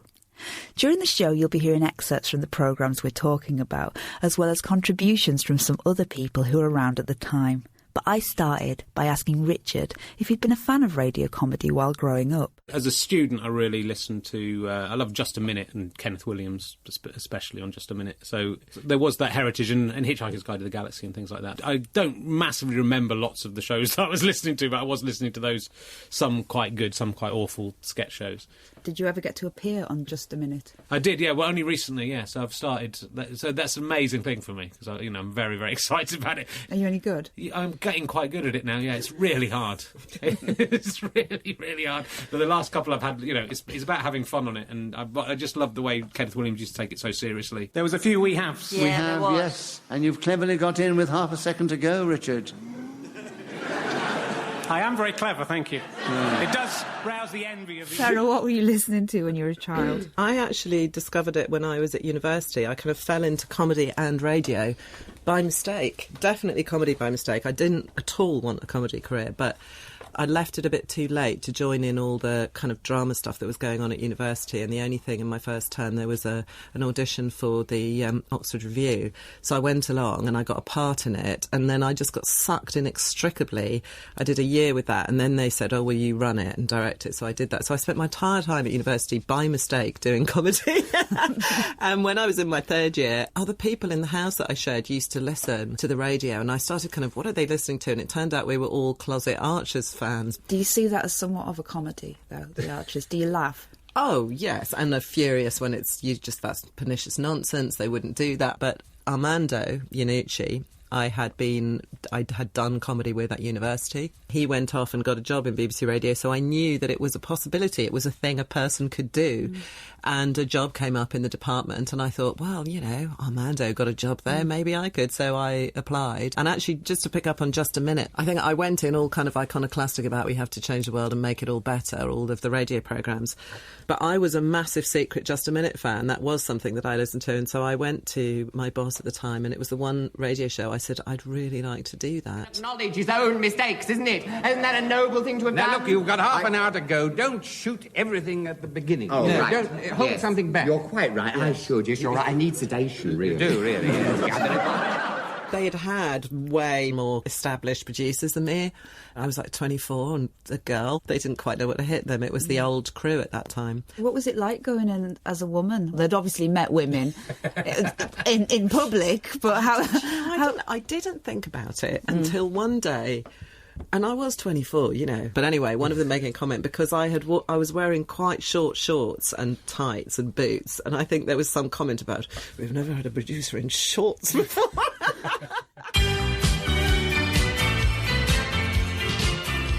Let's start by talking about Week Ending, a topical sketch show which anyone could send stuff into, and it ran from 1970 to 1997, so we've been mentioning it quite a lot in this series. You two worked on it together in the early 90s.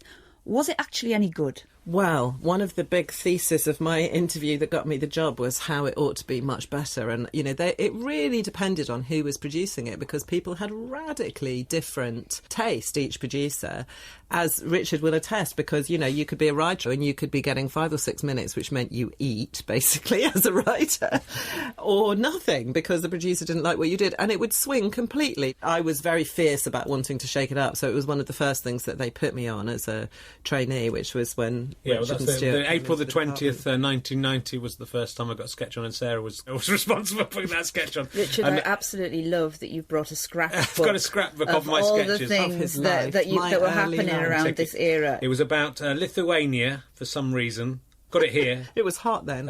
It's a slightly racist, xenophobic sketch about Lithuania. I don't even know why Lithuania was in the news.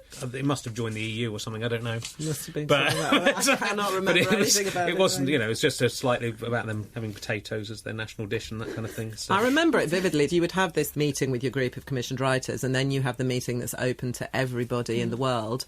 Some of whom are going to be the comedy geniuses of tomorrow. Some are cold and want to come into a room for a couple of hours. But in that group of kind of utterly eclectic kind of group of people, Rich and Stu was sat in the corner, and it just became this kind of weekly ritual where everyone waits to hear what they say, and I would be in fits of laughter, which of course makes you generally quite hated by all the people that aren't getting sketches on. So are you saying that there was just very different styles depending on who was in the room? Like a producer would do a run of 10 to 12 weeks. So over that 10 to 12 weeks, the programme would take on their comedy tone of what they select. Armando did it shortly before we started working on the hour, and that's the reason we ended up working on the hour, because he liked us from the weekending meetings, but he tried to, as Sarah did as well, he tried to change it into something quite different. But the problem was, you know, a lot of the writers, jobbing writers, that was their job, and they had worked out the formula in order to how to get stuff on. I worked on it for over a year, and by the end I was going mad. I remember hiding in some crates in the writer's room.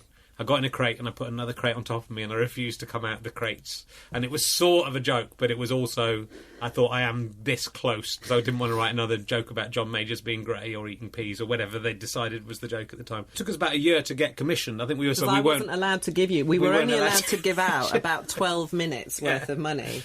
So I basically had to axe some people before I could give you your minute. Yeah, I think Sarah did it for 10 weeks, and we got little sketches on every week, so that was great. We were making £50 to £100 between the two of us. But then there was an 8-week period where Diane Messiahs produced it. I don't know what happened to her. And we got one quick sketch on in 8 weeks, and it's actually a disaster for you. And then Harry Thompson did it for 1 week, and it means you got 12 minutes of sketches on, which is absolutely unheard of. So we just basically wrote nearly the whole show, me and Stu. So it just would waver that way. Diane Messiahs, senior BBC radio comedy producer, 1990 to 95. I had come to the BBC from a topical satirical show called News Review, which is still going. I'd been steeped in the tradition of topical satire, which is, as far as I'm concerned, to make a point about something. You're holding something up to ridicule, and you're making a political point by satirical means. My favourite writers were Barry Atkins, Michael Dines, Ian Pattinson. He does the chairman's script for I'm Sorry I Haven't a Clue. John Random got quite a few things on. I commissioned him. He had come from News Review, the show I had previously worked with. There's more than one way of looking at satire, apparently. I think Richard and Stuart's way of looking at things, which I know Sarah Smith much admired, was a kind of not particularly wanting to make a point, but laughing at the situation and wanting to be sort of extend the gag about the situation and how silly it might be, or stupid, or worthless, whereas I come from a tradition of wanting to make an actual political point. And I guess both are valid, except I'm right. We should also talk about The Harpoon, a sort of audio comic strip, a bit like the Beano, which you produced, Sarah. How did that come about? Whose idea was it? It came about, again, from people that I'd met on Weekending. Julian Dutton, I can't even think of the right adjective for Julian, and Pete Bainham, and I suggested they work together, which is actually the weirdest kind of oddball couple pairing, on an idea of Julian's, which was The Harpoon, because Julian loves sort of and lives in that kind of boy's own world. And it was massively fun to do, because it was really properly a sort of radio audio thing, with giant sessions creating sound effects, you know, like the sound of Birmingham falling out of a Christmas cracker.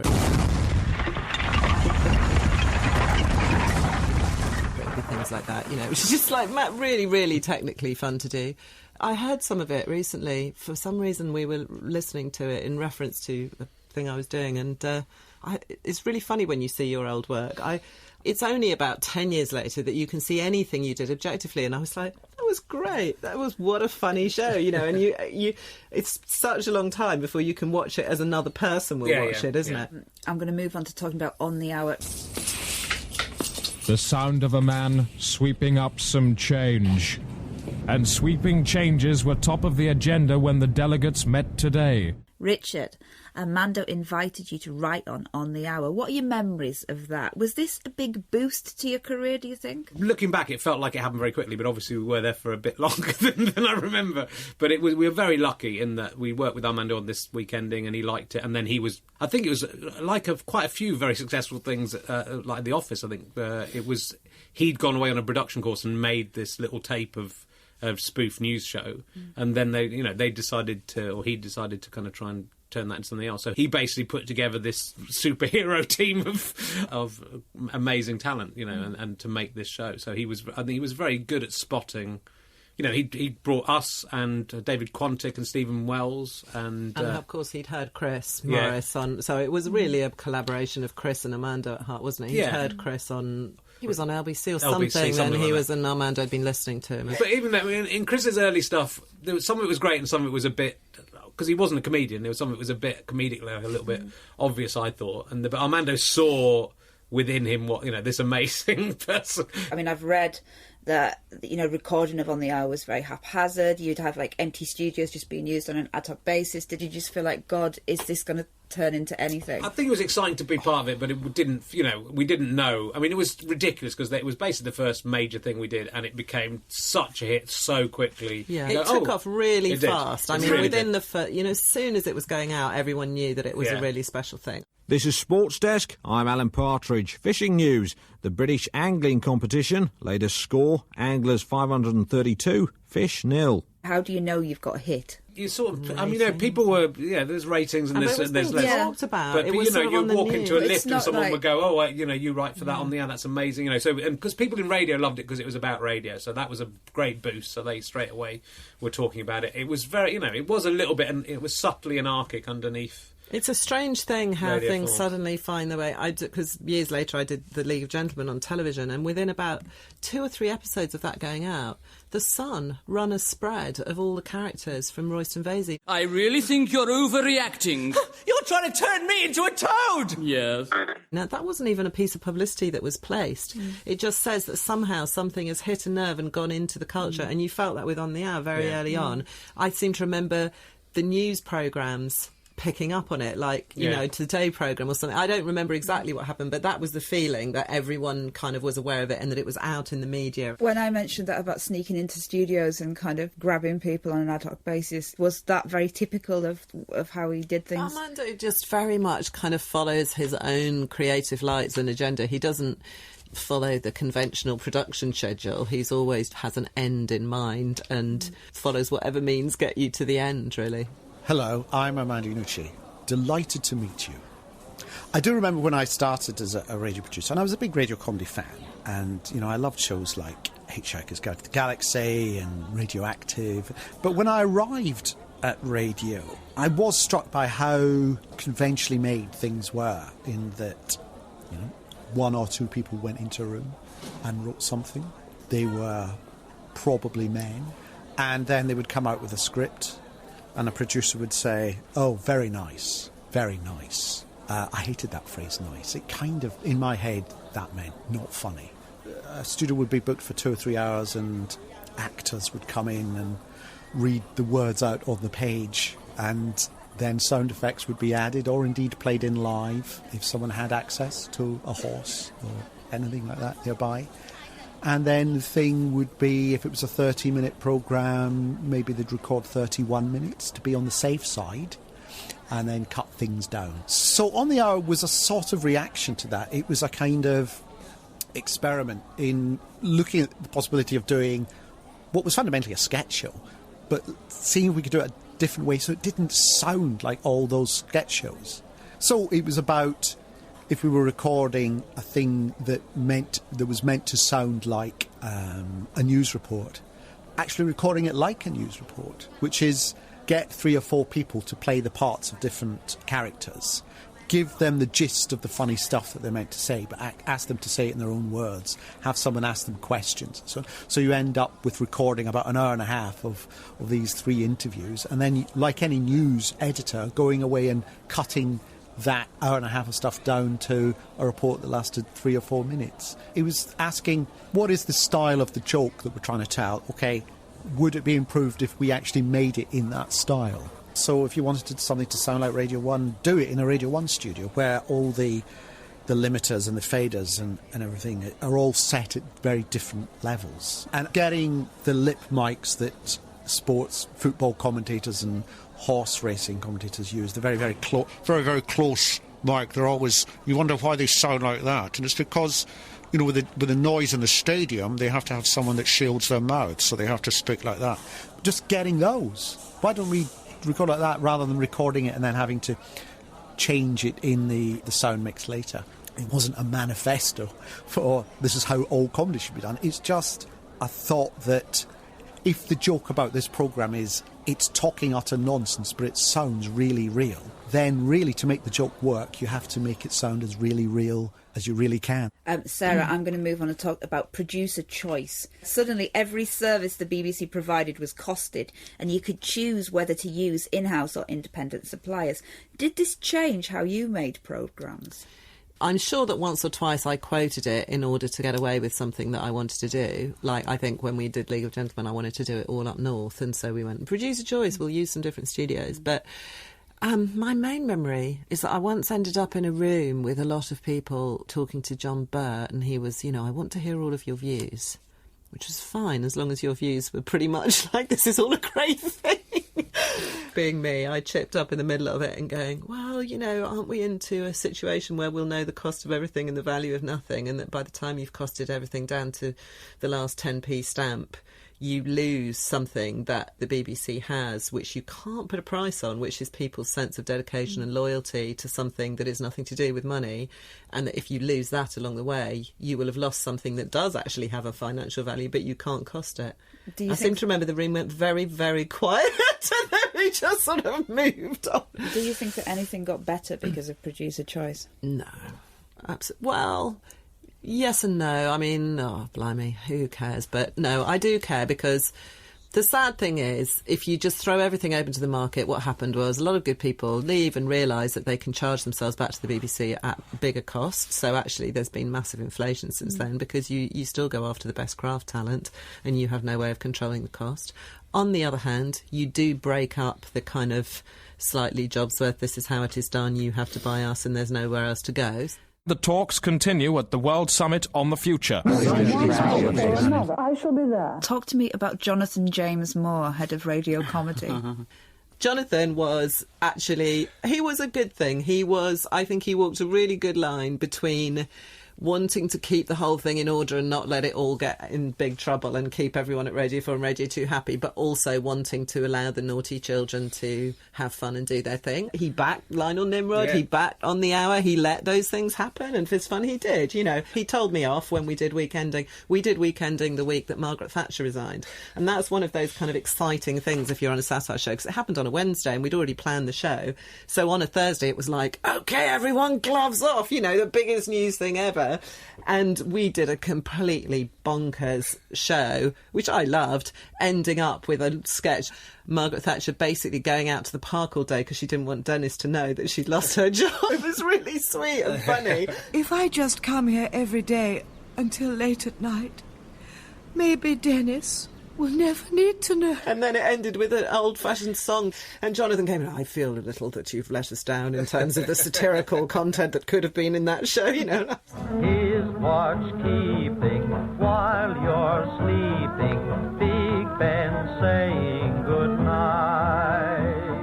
But he was very open to new people, and that's an unusual combination, and that's what exactly really kind of embodied the spirit of radio comedy. And if you look at what he presided over, that was a rich era. It feels like you're telling me about a time, though, where there was far less interference in your creativity. I mean, Richard, at the moment, you do podcasts where you have no creative interference. Yeah. Was that a decision because interference was beginning to get much, much worse, or much more strangling? Yeah, it's just so. I mean, even then, it was really hard to get things on. It did take a long time to go from the pilot stage to getting on air, if you were lucky to get on air, and then you'll do it, and then they say, "Oh, you can't say this." I think the creative, that's terrible. If you're doing you're doing a radio show, you're relying on the producer. If you say something that's way out of line, to go, "Well, I'll nip that out." You want the freedom to be going, I'll just say whatever I want, and then you can decide what can go on the air. But if you're thinking, if you're self-censoring the whole time, I think just the ability. As it occurs to me, I just thought I could try and pitch this to the radio, but A, they'll take out all the stuff that's fun about it, and B, it'll take me 3 years to get it onto the air, even if it gets onto the air. And if I do it myself, I can put it on the air tomorrow. You brought back a memory, though, when you said that. There you go again, so you're having a go at Somerset again. I'm actually surprised no one has written in over the series to complain. Well, I'm not, really. Considering that they've only got one pen down there between them. We did one of your series. We did it from the Edinburgh Festival because you were both up there. So we came and recorded it in a studio in Scotland, and it was virtually live. It was maybe a live show, actually, which was always nerve-wracking because you do rely on the I'll say whatever I like and that's your problem, which is when you're managing them live is a little bit anxious-making. We recorded something that was going to go in the second half, and I started trying to edit it, and this was on quarter-inch tape, while the recording was still going on, the broadcast was still going on, effectively, and I was trying to edit this thing out to make it acceptable to go in the second half past the news break, and the whole tape just started spooling off and getting in a mess, and I just turned to my poor broadcast assistant and went, "Can you sort that out?" and went back to running the live show, and she had about 6 minutes to try and do it. The worst thing about quarter-inch was that when you were up against it like that, your fingers sweat, and the damn tape won't stick together. It's breaking everywhere, and I was like, have you done it? I think so. So you were a slightly scary person to work with live. Yeah. Lee and Herring's Fist of Fun. Can I talk to you about Fist of Fun? Now, Fist of Fun was a Radio 1 show recorded at universities. Why? It was because they were trying to reach out to... it came from came from Jenny Stewart. There was a lady at Radio 4 whose job was to try and reach out to younger audiences, and one of her ideas was to do shows in universities, and so we kind of created this thing called The End of the Road Show as a sort of vehicle, and then we carried on. Did the uni audience make a difference? It was nice because we were only just out of university. I suppose we were about 25 probably by then. So, I think it made it sound, certainly to the people who were then listening back to it in here, in Broadcasting House, that we were appealing to the people they wanted to appeal to. Do you remember approaching people like Dale Winton and Yeah. Geoffrey from Rainbow? I Did do. they understand what they were getting into? Well, it was really interesting with Dale Winton because, we were living that student lifestyle, so we were watching Supermarket Sweep and Neighbours trying to do some writing in the afternoon. And Dale Winton came on, and it was backstage, and he was like, I'm really depressed. I've made a big mistake doing this show, and it's terrible. And we go, no, it's great, it's brilliant. And he was like, I think my career's over. And he went out, and he got this, I think it might be the first time he kind of realised, actually, this wasn't a terrible mistake being in Supermarket Sweep. When you say terrible mistake and bad show, you mean Supermarket Sweep, not... Supermarket Sweep. Well, both. Didn't you ever stop to think, Geoffrey, though, I'm 51 years old, it's time I stopped living with felt animals... Cartoon house, and got a job, found a place of my own. Stu, don't be rude. Geoffrey from Rainbow is our guest. It's all right, Rich. No, I don't mind. See, the thing is, Stu, I got on so well with the guys. The hardest one was approaching Rod Hull when we were doing the TV thing, because there'd been weeks and weeks of Kevin Eldon coming on going, I am Rod Hull for absolutely, I think that's one of my favourite characters that you ever created. He just had a giant chin, a crazy hair and a rubbish emu, and he just used to go, I am Rod Hull, and then we had to ask they went, we want Rod Hull. I'm like, thanks, right, OK, I have to make that phone call to the Rod But Hull. he was delighted because we asked him and not emu. So Rod Hull did it because we said we just want you, we don't want emu. I forgot that. And that was part of the reason he did it. And we were very respectful to him. And we did, the Fist Fun Radio thing was just, it was... It was fun at that stage. That was one of the most fun times in radio, doing stuff on Radio 1 at that time. And because it was kind of more like live DJ-y type show, it was way looser. It wasn't pre-scripted. It wasn't stuff that was like me being a taskmaster going, make this sketch better. It was people turning up, and it was late night recordings, and actually a lot of funny things came out of that. Yeah, and great way to generate material. You know, once we got into the 2 hour, I think they were DJ shows, which was with music, but also some sketches and also just us chatting. It was interesting because just as it was becoming all rock and roll and Radio 1 on radio, I went into TV, and at that time it was an amazingly kind of retro-y department without anything. All of the cool stuff went to independents. So it was weird. It was like stepping back in time to how radio comedy used to be. So, yeah, this is the mid-90s, and you're seeing radio comedy, it's transferring over to TV, so not just Fist of Fun, the day-to-day, they think it's all over, Alan Partridge, Room 101. But all of those were done from outside the BBC's own department. They weren't done in-house. None of that sort of stuff had been done from inside, so it was weird. Me and Jo Magnusson were the first people that had gone across, really, internally and made that move. Would you say there was a bad reaction when radio people were coming across? It took a while, in a way, before the department sort of caught up, and then David Lindemann came in and it changed, and, you know, and things opened up. But when I first went in there, it was a strange thing, and, you know, I wasn't getting an awful lot of interest in the idea of doing Fist of Fun on TV to start with until the department started to change. It took me about 4 months before they would allow me car park tickets, you know. Anyway, because it's the end of the series, we've been allowed to bring in games. I have a final question for you. And do you feel that radio comedy, your time there, has had a big influence on what you went on to do? Oh, I mean, I think definitely, you know, it's just in terms of, the relationships we forged, what we learnt there, it was an amazing time to be through. And I look back fondly, though I think I'm very depressed through a lot of it. And we did work very hard, but, you know, such fun as well, behind all the hard work, and made good friends. But I don't think British comedy would be completely different with that. I mean, League of Gentlemen, On the Hour, Stuart Lee, you know, all these people who've gone on to sort of define comedy, and without that time at the BBC, I don't think any of us would have. You know, how would you make that leap? It's like now, I think with podcasts, you can make that leap on your own, but then you still have to get an audience, so it's still difficult. I hope there is still stuff going on where people are able to come through in the same way. But final word, Sarah? Yeah, I mean, one of the reasons that I've ended up in the kind of animation film world is the same kind of thing about a collegiate thing of comedy people working together. It was a great creative environment to have so many people being given opportunities to do something new in a small environment with each other. That is an absolutely unique kind of way of lighting a fire under a lot of people's talent. The collaboration, the fun of it, even the competitiveness, all of it is a huge, fun, exciting spark to your creativity that drives you forward. And there's no way you get to the same place by being someone that starts a blog when you're 21, is there? No. It's those cross-cultural things that have changed it. And, you know, long may that continue as a department. Thank you very much, Richard Herring and Sarah Smith. That was The Frequency of Laughter, presented by me, Grace Dent, with Richard Herring and Sarah Smith, and Armando Iannucci and Diane Macias. A list of the clips we've used is on the Radio 4 website. The producers were Ed Morrish and Alexandra Smith.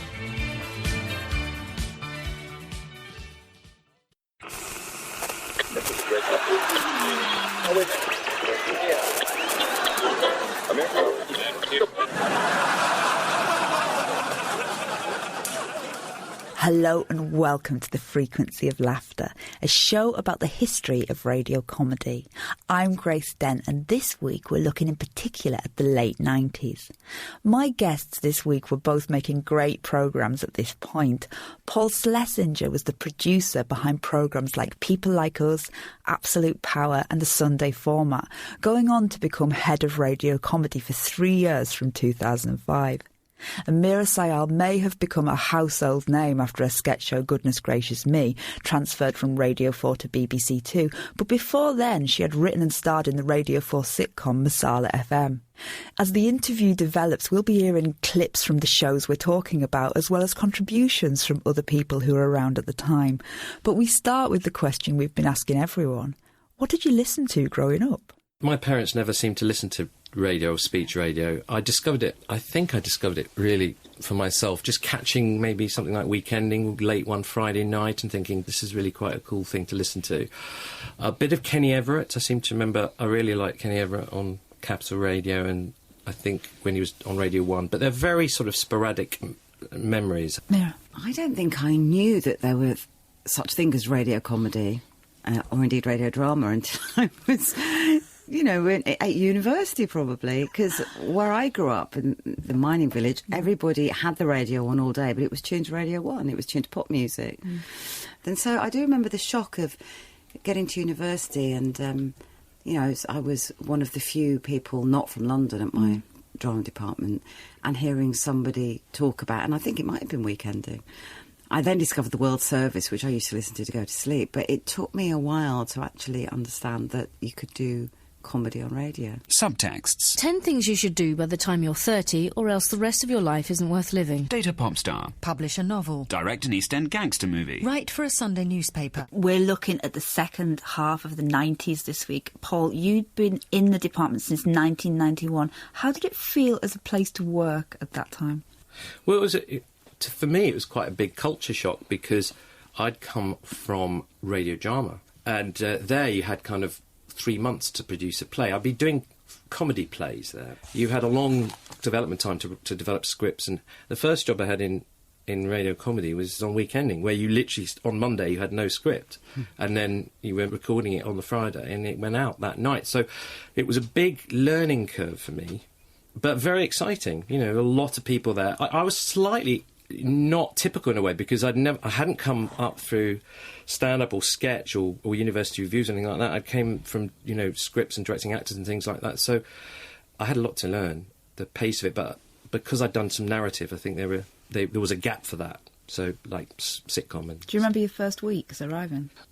I don't know if it was the first week, but my early impressions was a very long corridor at 16 Langham Street with lots of offices off it. There seemed to be sort of a group who were more, people like Amanda and Lisa Evans and Sarah Smith, who kind of in one area of the output, and then slightly more old school entertainment-y based people who did Brain of Britain and things like that in another area. So I wasn't quite sure. It was like coming to school, not sure quite where one sat or fitted in, to be honest. Which side did you want to be on? I sort of urged towards the Radio 4 new comedy end, and because I was one of the first things they made me do, it was script edit on Weekending with Sarah, because Sarah was the producer of Weekending, and I learnt a lot from that. I was just... so I suppose I kind of wanted to be in her club. So, Meera, how was it coming into this environment? Did you feel when you arrived that there was this great heritage of the place that you're coming on, or were you just quite blasé? Oh, no, I did, actually. I did feel that. I think, particularly the first time we went into the Radio Theatre and all the pictures of Round the Horn and the Goon Show, and you think, blimey, we must be the first Asians that have walked down this path. Was that the Paris studio? Yeah. So there was a sense of heritage, but equally, I think luckily we were naive enough not to worry too much about it. There wasn't really any precedent for the kind of stuff we were doing. That was slightly liberating. And all we thought was, let's just do the stuff we've all individually been doing in comedy bits around London, put it together, and hope that people find it funny. We didn't know if they would, but we thought we really have nothing to lose.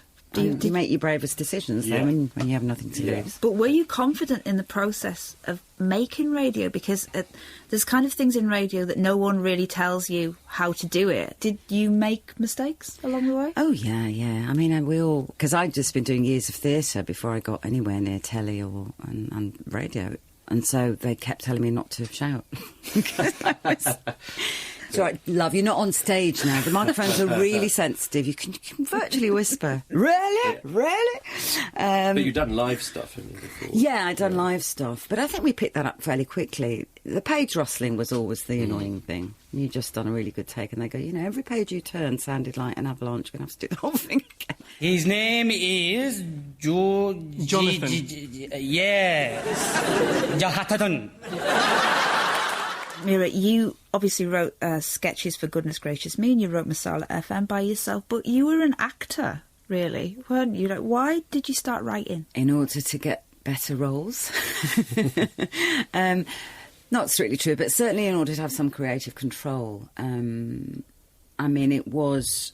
In theatre, when I started, I was playing an incredible variety of roles, and very few of them actually written specifically for an Asian character. I played a 17th century Essex village girl at the Royal Court and a Peruvian millionairess, and great range of stuff, but it was shocking how that changed elsewhere. As an Asian actress, is there a fact that when you were on radio that suddenly there was a bigger scope of characters that you could play? You'd think so, wouldn't you? That's been the bizarre thing. I mean, certainly in Goodness Gracious Me, the nice thing was that we got to play all the characters, and we suddenly realised when it went to TV that, we don't get to play the white people anymore. That's a shame. Yeah. Anyway, they need the work, so it's fine. But I would say majority of the work I've been offered on radio is actually I have to put on an Indian accent. It's kind of bizarre, isn't it? I mean, it's the one place I could actually legitimately play Elizabeth Bennet and would love to. Yeah. Still waiting to be asked. Dennis, looking forward to getting on court and tucking away some loose balls? So sorry, it's these damn shorts, Dennis, I meant tennis balls. I knew that.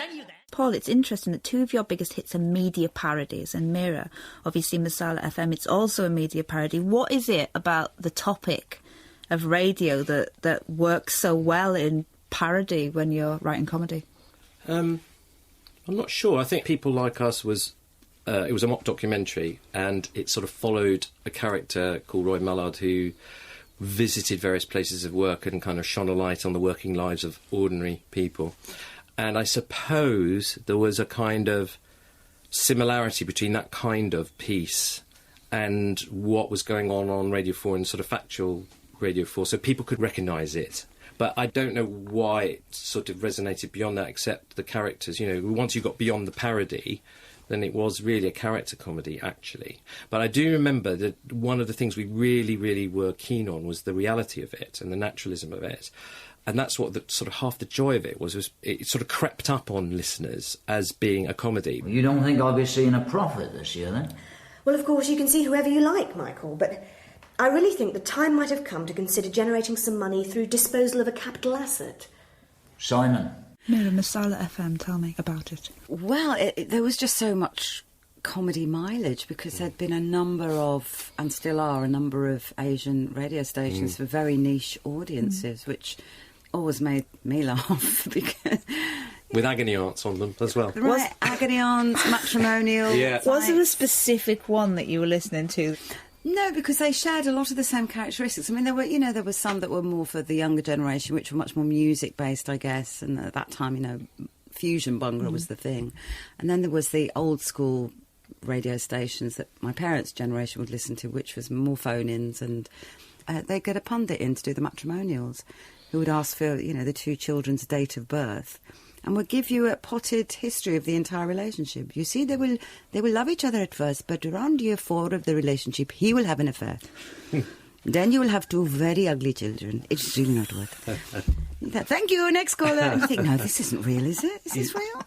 You can't top that. You can't top that. There was so much to parody that I just thought, we really can't let this go.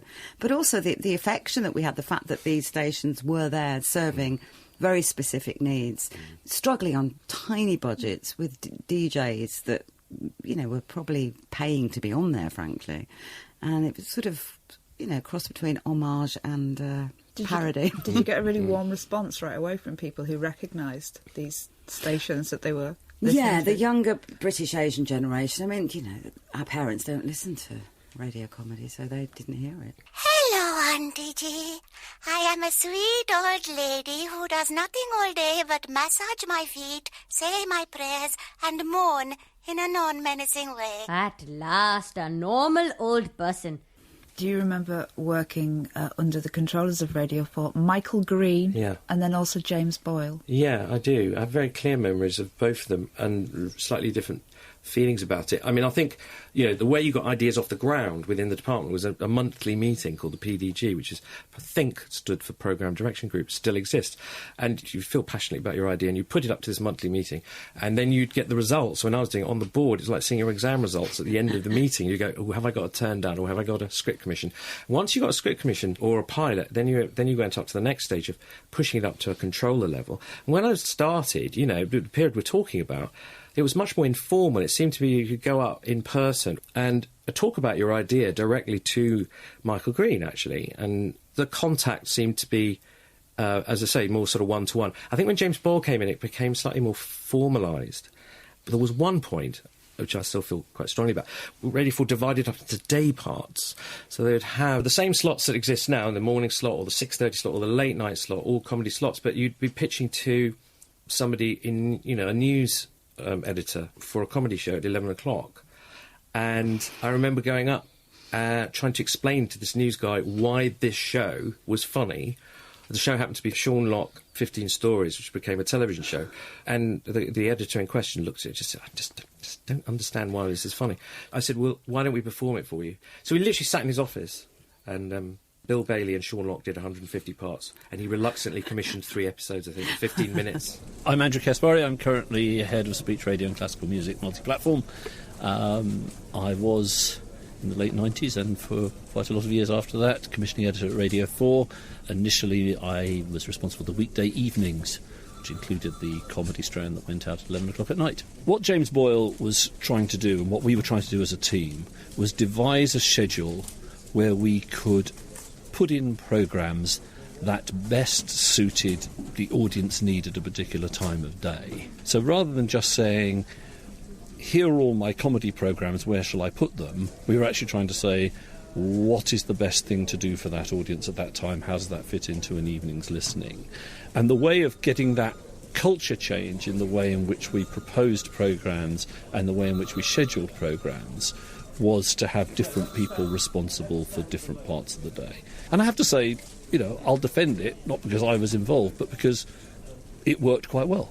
There are quite a lot of things that we introduced then, and that's now 17 years ago, that are still there now, including things like Broadcasting House on Sunday morning, including Desert Island Discs in its current slot, the Sunday edition of The Archers. There are things that we brought in under that system that are still very much part of Radio 4 now.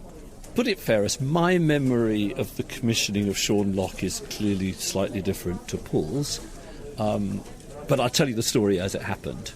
Previous to this commissioning system, a lot of pilots were made of prospective new shows, particularly those that were of potentially new talent. And Sean, as a performer, would have been relatively new talent at that time. Making full-on pilots was an expensive experience. On the other hand, commissioning relatively new talent doing new things, the best word for it, some of it is a bit of a gamble. So you want some evidence on which to make that gamble, which was what I was doing. And Paul said, we'll come in and we'll do you a bit. And in one of the most joyful moments of my commissioning experience, and I was commissioning editor at Radio 4 for quite a long time, Bill Bailey and Paul walked into the office with a piece of script, and I rolled about laughing, and it was a no-brainer to commission the show. The only question was exactly how many should we do and how quickly could they be delivered. But I dined out on it. It was a great joy. And I know Paul thinks it was a reluctant commission. Well, the day might have started with me feeling a little tired, but it was massively enlightened within very few minutes of Bill Bailey's arrival in my office.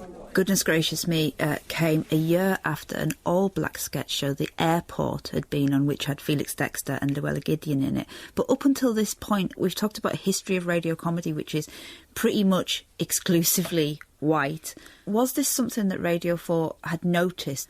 I can't remember an exact moment, but I think it was sort of part of what was going on in the comedy scene on the 90s, this whole kind of what people, I think, in a denigrating way call political correctness, but which in fact was a whole bunch of new comedians going, we don't really need to do the mother-in-law racist jokes anymore. We're a bit cleverer than that and we're bored. And out of that came this need to embrace so-called minority voices, whether that was from women or the gay community or black community, that comedy seemed to open out. And London at that time was a really exciting place. Ken was running the GLC and there were free festivals all the time, and it just seemed like this creative melting pot. And I think that filtered through to commissioners who must have thought, hang on a minute, we're falling behind here. Do you remember a certain point where people were asking you, where are the non-white writers? I think, weirdly, television got there first, with The Real McCoy. The Real McCoy was on television before radio. And I think The Airport was actually a direct reaction to that. There was all these brilliant performers and stand-ups and character comedians at the Hackney Empire, places like that, like Felix Dexter, Meera and, Roger Griffiths and Llewellyn. People like that who were doing their stuff live, and radio didn't have any show to cater it. So it was a way of bottling that, and I think Gareth Edwards, who's the producer of The Airport, found a format that would encompass that range of talent that previously hadn't been broadcast. And then, of course, Goodness Gracious Me came in, and that really sort of captured the imagination, didn't it, and reached a big audience. And what makes it a great sketch show is that although it comes from a specific point of view, that the characters in it are, the resonances of the Coopers, or, the people who want to be more English than the English. It's a universal theme, really. I was just saying to Vanessa, I can't believe the Kapoors haven't joined the new tennis club. You mean the Coopers? There were so many things that were included in Goodness Gracious Me that were, about class or snobbery. They're a universal theme, so that's what made it a great show. It had a very distinctive flavour to it in terms of attitude, a very clear point of view, but it also had a universal resonance, and I thought that was great. Meera, when you were bringing scripts in, were there things where you were just going, look, I'm going to have to explain this to you, or did you just feel that, if I was sitting there as a white person, I would have just understood it all? I think we maybe held back a little more on the bilingual aspects for radio, just because we've often included a lot of mother tongues in the television version, but it's somehow different. You can see the character, you can put what they're saying in context. It's a little harder on radio, but that was the only thing I think we're sort of vigilant about. There's nothing English about veranda. It's a Hindi word. Is it? Of course. But other than that, no. I mean, I think that's probably why people responded to it. We weren't writing to a demographic. We weren't trying to second-guess what people thought was funny. We really did think, I know this makes us laugh. I don't know if it's going to make anybody else laugh. I know it'll make other British Asians laugh if they listen. But I think the success of us... Well, we were offered the week-ending slot over the summer. That's how we got our break. But I think what powers that be suddenly realised was, hang on a minute, this is Radio 4. Asians don't listen to Radio 4. That means Middle England is listening to this. Middle England gets it. Therefore, this is going to work because it's crossover. It's genuinely crossover. We didn't think of any of that when we were doing it. Who are your favourite characters? Oh, gosh. I've always had a soft spot for Smita Smitten Showbiz just because she's so raddled and desperate. I get to wear really bad makeup. So, yeah, I love Smita. I think the Bungra muffins are fantastic and have a universal, recognisable energy. So you haven't read a book since you were 6? That's my point, man. I don't need to read anything, because I am overachieving Asian youth. I already know too much. And the Coopers hit a lot of points of familiarity, I think, across, all ages and races. Did you get any adverse reaction? Yeah, we did, occasionally. The older conservative members of the community were never going to like it that much. So anything that even touched on religion, even in a sort of slight way, would get their hackles up. We also, of course, had the famous complaint from the Church of England. Yeah, communion wine, wasn't it? Yes. The Coopers were wanting to become Christian and be part of the white Christian community and go and take communion, but Dennis wants to put mango pickle on the communion wafer, and Vanessa drinks all the wine. Was that on the radio as well as the TV? No, it was for the television. We might have got away with it on the radio. Looking at the positive reaction to Goodness Gracious Me, did you expect it to go to TV? We hoped it would, but it was still a long process. We still had to do quite a lot of arm twisting. But you had hope? You thought that it was going to happen? Well, we had a big advantage, I think, in having a producer that was really batting for us. And I think that's one of the main reasons that a lot of ideas don't survive that length of time. You have to have a champion. And we were just very lucky we had John Plowman. And Anil was working with Anil as well, Anil Gupta. But without that, I think it may well have languished and then got forgotten or dismissed as a one-off. You need somebody within the department, is that what you're saying, who's there every day, kind of at the water cooler, nagging? I think that's so true, and it's like, especially at those early stages, and then the irony, of course, is once it became, Goodness Gracious Me, what became the sort of brand that it became, everybody wanted a part of it. But it's just such a typical story that the slow start, the slow burn start, and then the momentum gets behind it. So after 3 years, suddenly people remember that they'd always been into this show and had Yeah. always championed it and always believed you were going to be. I knew from the first moment when I heard this. Yeah. Would Prentice McKay be interested in a campaign to persuade old people that Tony Blair feels their pain? Ah, that's what I like it. We're also talking about, I suppose here, kind of department politics, about how things get through. You oversaw several transfers over to TV. What was the politics behind that? People like us took a while, because we were told it was a beautiful radio idea and would never work on television. And I remember we had to sort of shoot a sort of little taster tape to show how it would work, because I suppose there was a logical concern that, you had a central character that you never saw. And various people said, just keep us happy and shoot a version where you do see him. And it just was funnier not seeing him. Did Peter Fincham want to make it at Talkback? Yeah, he did, actually. And then John Plowman and Jeffrey Perkins both came back and said, actually, no, we really do like this idea. And so there was a little bit of toing and froing.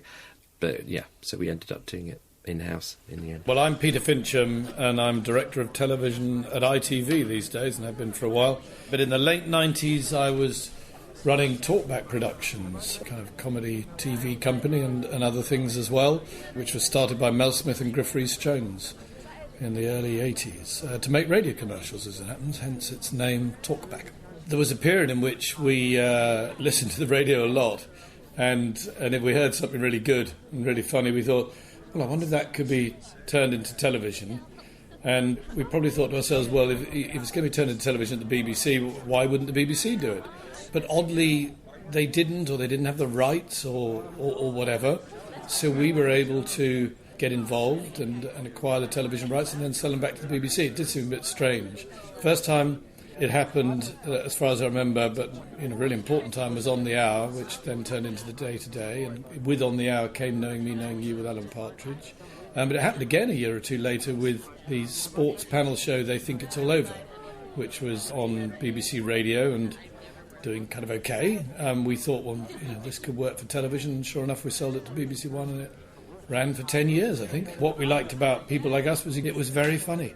It was very funny, and there was, clearly brilliant talent involved, and John Morton was a writer who was just emerging, but you kind of sensed that he was, cut above a lot of other comedy writers, had a very distinctive voice, and we'd have loved to have done it. But, you win some, you lose some. You're never going to have a monopoly of it, and I don't think we were trying, if you like, to vanquish BBC comedy, or we might be trying to vanquish Hat-Trick, to be fair. Why did you stay in-house? There were two places you'd go from in-house comedy.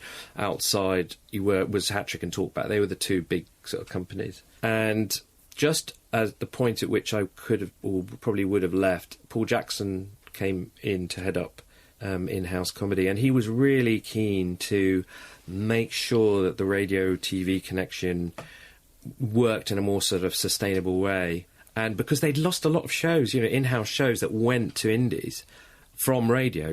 There were, Whose Line Is It Anyway was tried on radio, went off to Hat-Trick, and Amanda, Amanda was given, it was an in-house radio producer who took On the Hour to TV, and they said, well, yeah, but you'll have to make the tea or something. And there was a sort of arrogance from television about radio, which I think people like Paul Jackson tried to sort of change, and I guess I was benefited from that kind of change. Last week we spoke to Sarah Smith, and she said that the independent production companies just seemed to be making all the exciting new stuff at that point. Do you think this was still true by the late 90s? Or had in-house comedy got some of its reputation back? Oh, I think the tide shifted a bit. I don't know what you think, Meera.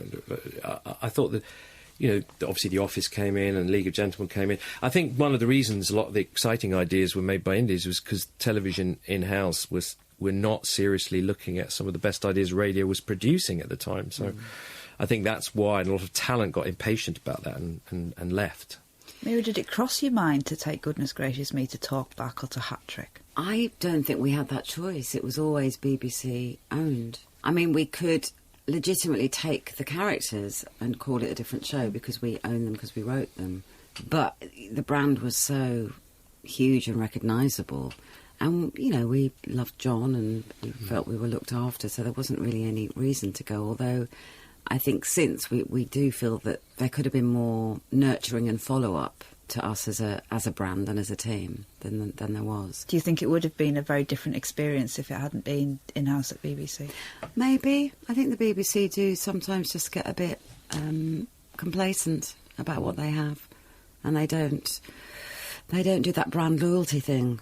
Maybe because they think we're the BBC and everyone will just want to stay here, but in fact, you know, we all have choices. If I have a lead role in a movie, which I always do, I'll have my business meetings on the phone on the way to the studio. What would it take for you to come back and both do some radio? Somebody asking me. I'm doing radio. I've just done a pilot last week. Mm-hmm. I wish I could do more. I love it. Yeah. I mean, it's a joy. What makes radio different? The fact is, it's just so... Well, the speed, the intimacy of it.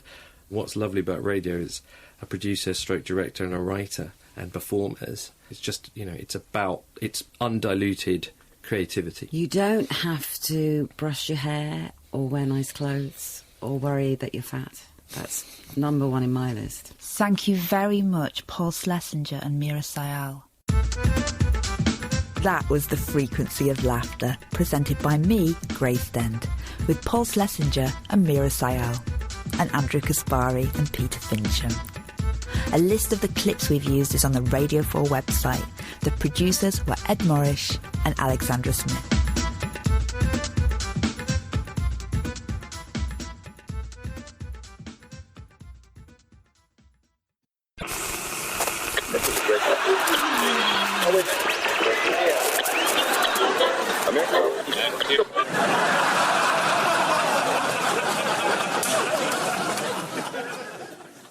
Hello and welcome to The Frequency of Laughter, a show about the history of radio comedy.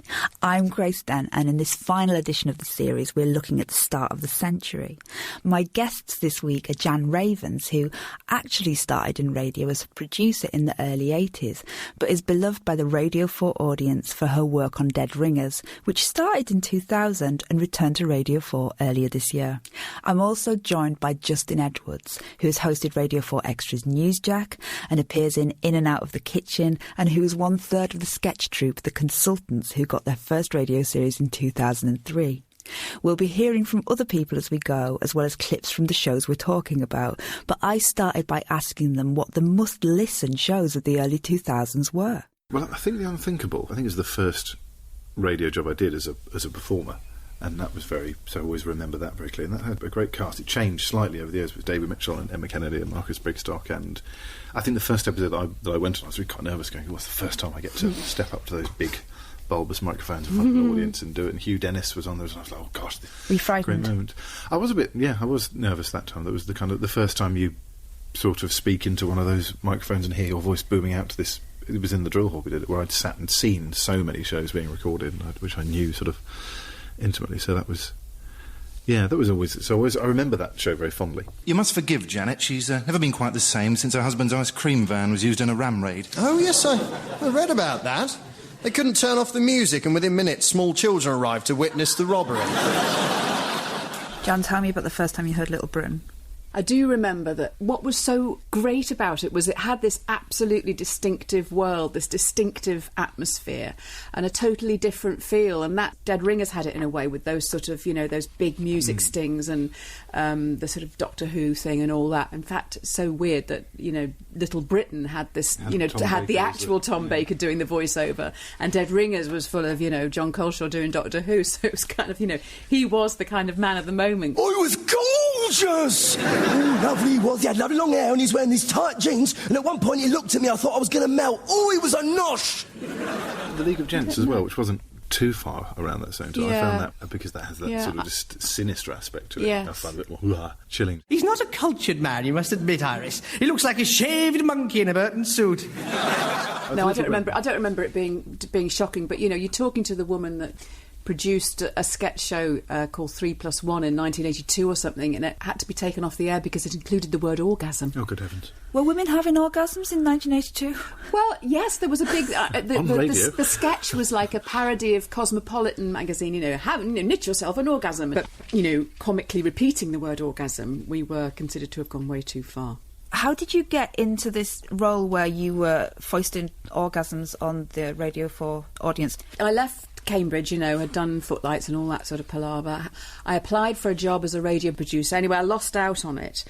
So I went down to London to seek my fortune and worked in a knitwear shop in Kensington, and then I was asked to go back to Cambridge by Hugh, who was the following year's president, and direct the review. And that was the review that had, Emma Thompson, Stephen Fry, Hugh Laurie, Tony Slattery. And so it did very well. It won the first Perrier Award. So then BBC Radio said, oh, yes, actually, come and be a producer. So I did it for about 2 years, I think. Miss Sandclove, Helen.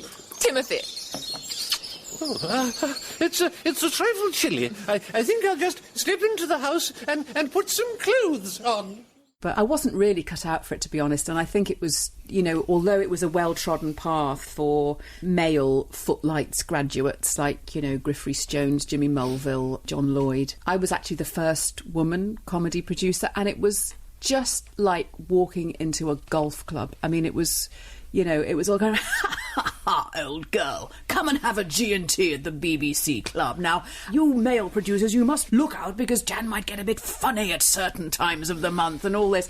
I mean, people like Jimmy and Griff, they were not like that at all, but there was still this very sort of RAF mess atmosphere to the place. Do you remember working with Tracy Ullman around this point? Yeah. So she was working on Weekending? What's interesting, really, is that Tracy used to say, God, this is a bit boring. Is there nothing else for me this week? Why wasn't there anything? Because, when you're doing topical comedy, the problem is that most of your targets are men. So you end up being Fiona Bruce and Kirsty Walk or whatever, interviewing the men. Most of the writers were men. I think they all were. So it was difficult in the 80s. In the noughties, had things changed? Were things very different? Depressingly not.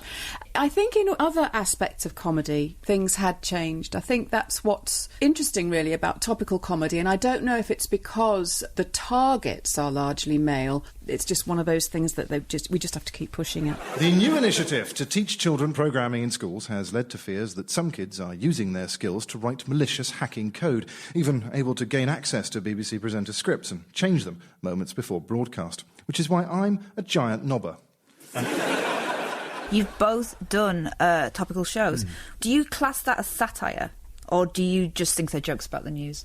I wouldn't say Newsjack is satire. I'd say it's topical comedy, which I think is a slightly different thing. It is, yes, jokes about current affairs. What's satire, then? I would say Stuart Lee and Chris Morris. Stuart Lee, and you read sort of the columns he writes, and the style of which he writes is much more Swiftian in its kind of satiric terms. Yes, it's because satire can be general in that satirising the mores or the establishment view or whatever, or it can be satirising what a politician is doing. If you sort of show what a character purports to be doing, but what they are really doing, then I think that is satire. Do you think satire has to be harder, though? Satire has to be more like a punch rather than a gentle tickle of news comedy? I certainly think it's more difficult to write. Newsjack is there to kind of get new writers in, and the sketches are short. It's a way of sort of finding people that can write in a funny way. Do you think that Radio 4 audiences... Do you think they're looking for satire? Do you think they're looking for something as hard-hitting as that? Or is that a little bit misplaced with the Radio 4 audience? Do you think they're quite comfortable and that they don't really want to hear somebody shouting about the problems of the world? I think they do. I think they do want that, and I think they'd be very grateful if a tough satirical programme comes on. I mean, the thing about tough satire is, it's got to be funny as well. You don't want tough, worthy satire. The Radio 4 listener would have that very satisfying feeling of thinking, yes, I know what this is trying to satirise. I'm finding it funny. I think it's too easy to become smug with it, or yes, we understand. We're on that wavelength. It's difficult when I've done things like the news quiz and you have someone like Jeremy Hardy who will go off into very impassioned and informed and interesting sort of rant, which just sounds like the wrong word to use, but it is when he sort of is off and roll with that, and that's fascinating. You don't hear that hugely on Radio 4. It can become quite cosy and quite gentle, Radio 4, but then I'm not 100% against that either, because that is what, as you say, a lot of the listeners expect from it, and it's not there to take down the establishment. I did the Now Show once, and John Finnemore was the guest sort of ranter, if you like, on the Now Show. And he'd written this whole piece about Murdoch and the news of the world, and And then about 5 o'clock that day, when we were due to do the recording about 7, the news came in that the News of the World was being closed down. So he had to rewrite this piece in 2 hours, and he delivered. It was so impassioned, and I mean, it was sort of almost funny that it was so impassioned, but it was so great that it was so impassioned, and it had such heart, you know, and it was so immediate. It was just brilliant. Not even Rebecca Brooks, who I assume, as editor of the paper that paid for it, must have... No, apparently I'm wrong. Apparently she's totally unconnected with it and didn't know and didn't see, and no one told her, and she was on holiday. And anyway, she had a different name at the time, so it doesn't count. Justin, so from a newcomer's point of view, when you arrived at the BBC for the first time, did it feel like a relaxed atmosphere, or did it feel like a kind of a big bureaucratic organisation? I think it was quite relaxed. I mean, then I did come in as part of a white middle-class 3-man sketch troupe, so we're pretty much within the status quo of radio. We weren't from an Oxbridge background, so that marked us out as being slightly different. And we were, Manchester Drama Department. Very good reputation. Very good reputation. For a red brick, very solid. And then you went to Edinburgh. You got Best Newcomer at the Edinburgh Festival Fringe, and within 1 year, you're on the radio. That seems very quick. How did it happen? How did you end up on Radio 4? It was a quick turnaround. John Pidgeon, who was then the head of Radio 4, had come to see us in Edinburgh. And it was quite a verbal sort of show. No, it was very sort of written and verbal and structured and daft sketches, but surprisingly clean, not through any particular choice, but very suitable for Radio 4, I think. Module 1, Lesson 2. Où sont les détectives? Where are the detectives? Inspector Morse est dans l'assaut. Inspector Morse is in the bucket.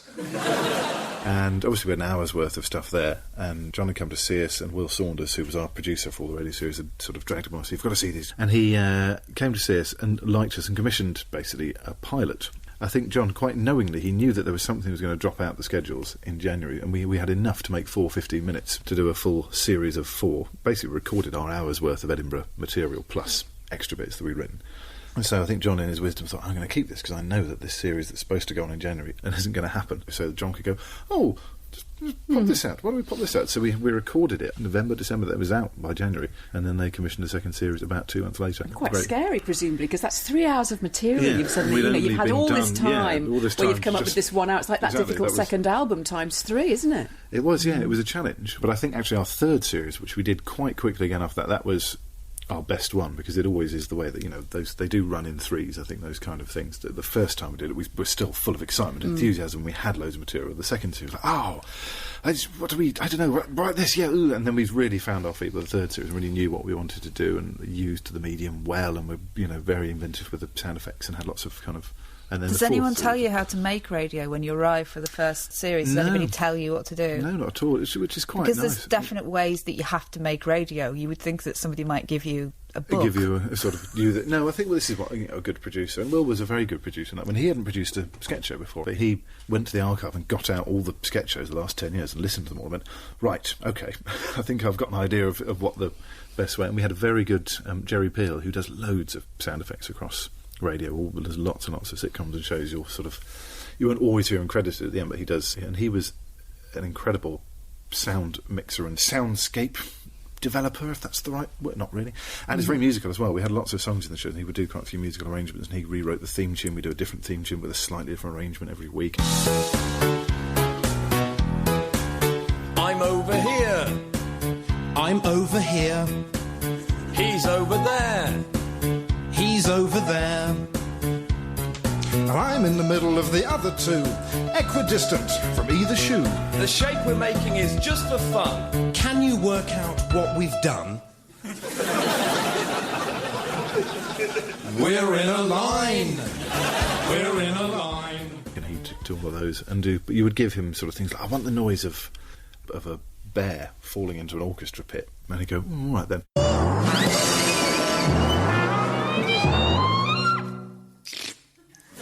And come back with a brilliant... What was this guy's name? Jerry Peel.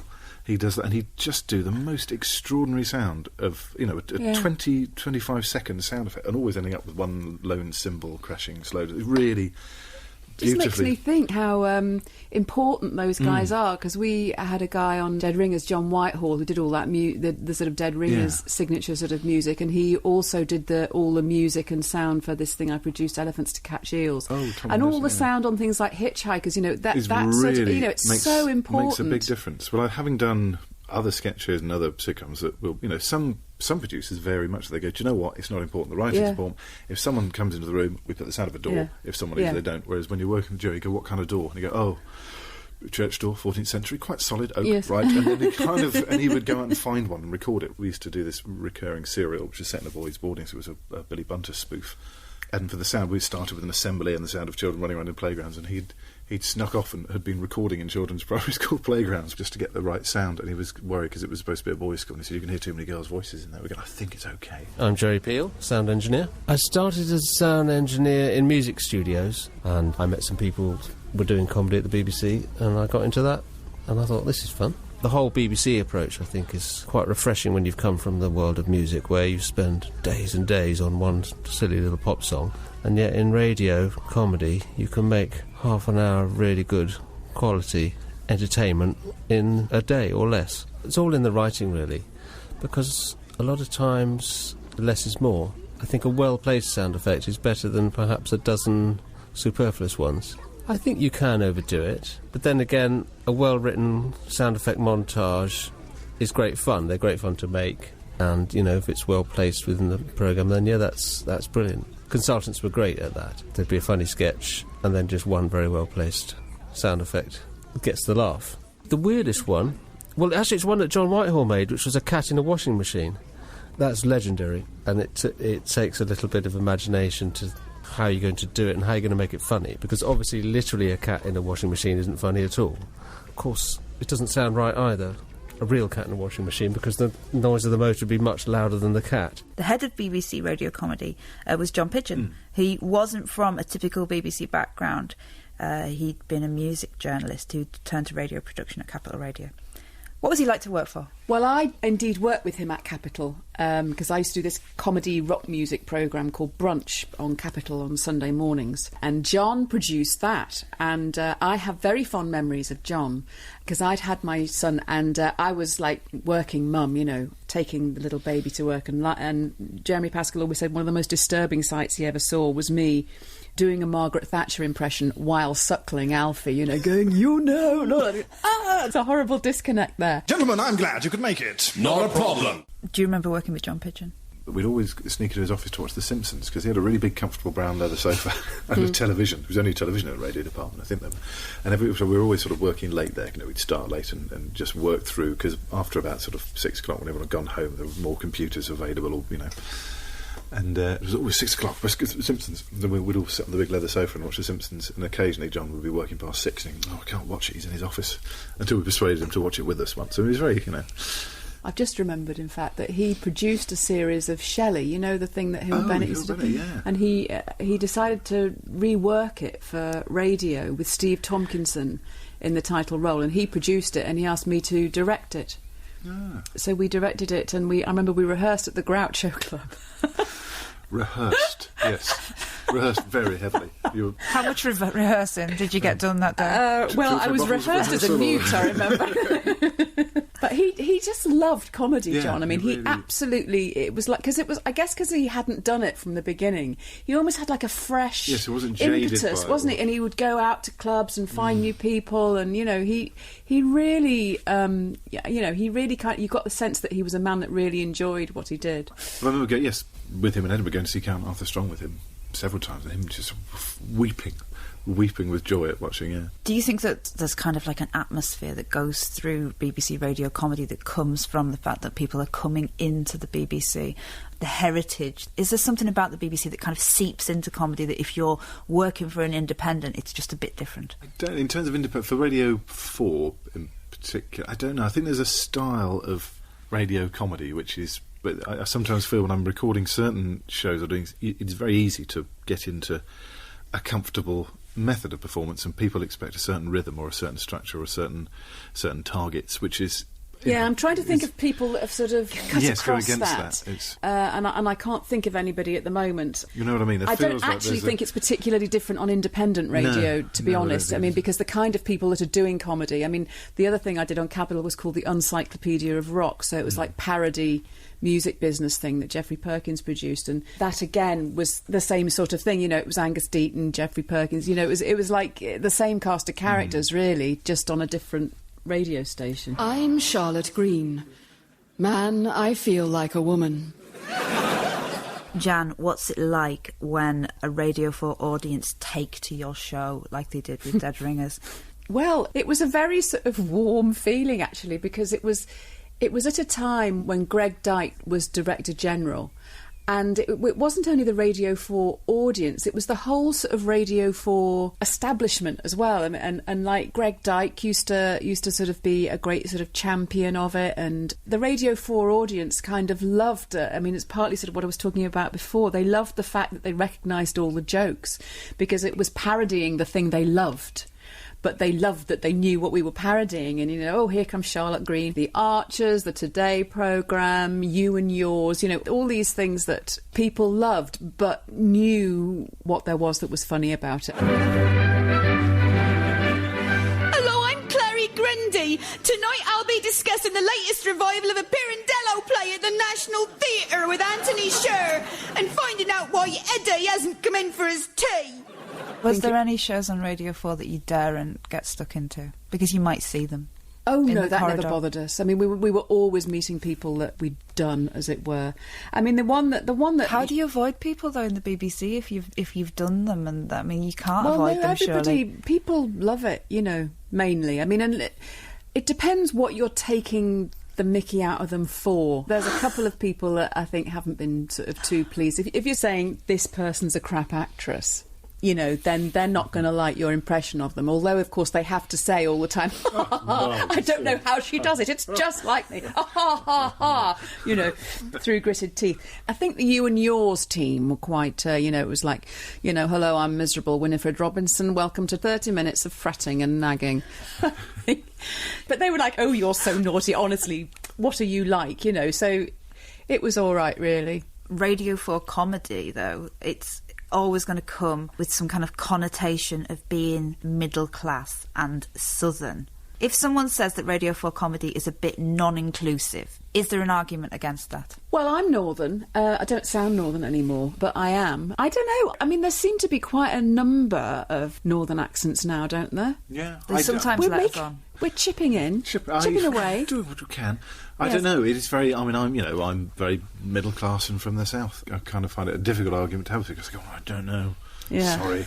I mean, that very common. I'm terribly sorry that I don't sound very different. But that is, you know. Justin, are you the poster boy for Radio 4 comedy? Don't know about that. What kind of poster? A post-it note for it. You know, I seem to have carved myself out a certain career on radio comedy, playing characters who are very, you know, similar to me. But I suppose there was a point where all of the actors and all of the voices were like yours, and then as the years have gone by, you're carving a niche as being the go-to one person who sounds like they used to.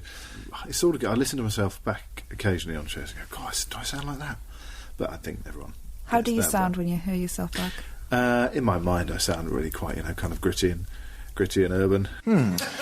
Drone, drone, drone, waffle, waffle, waffle. He used to play the bagpipes in a pancake shop.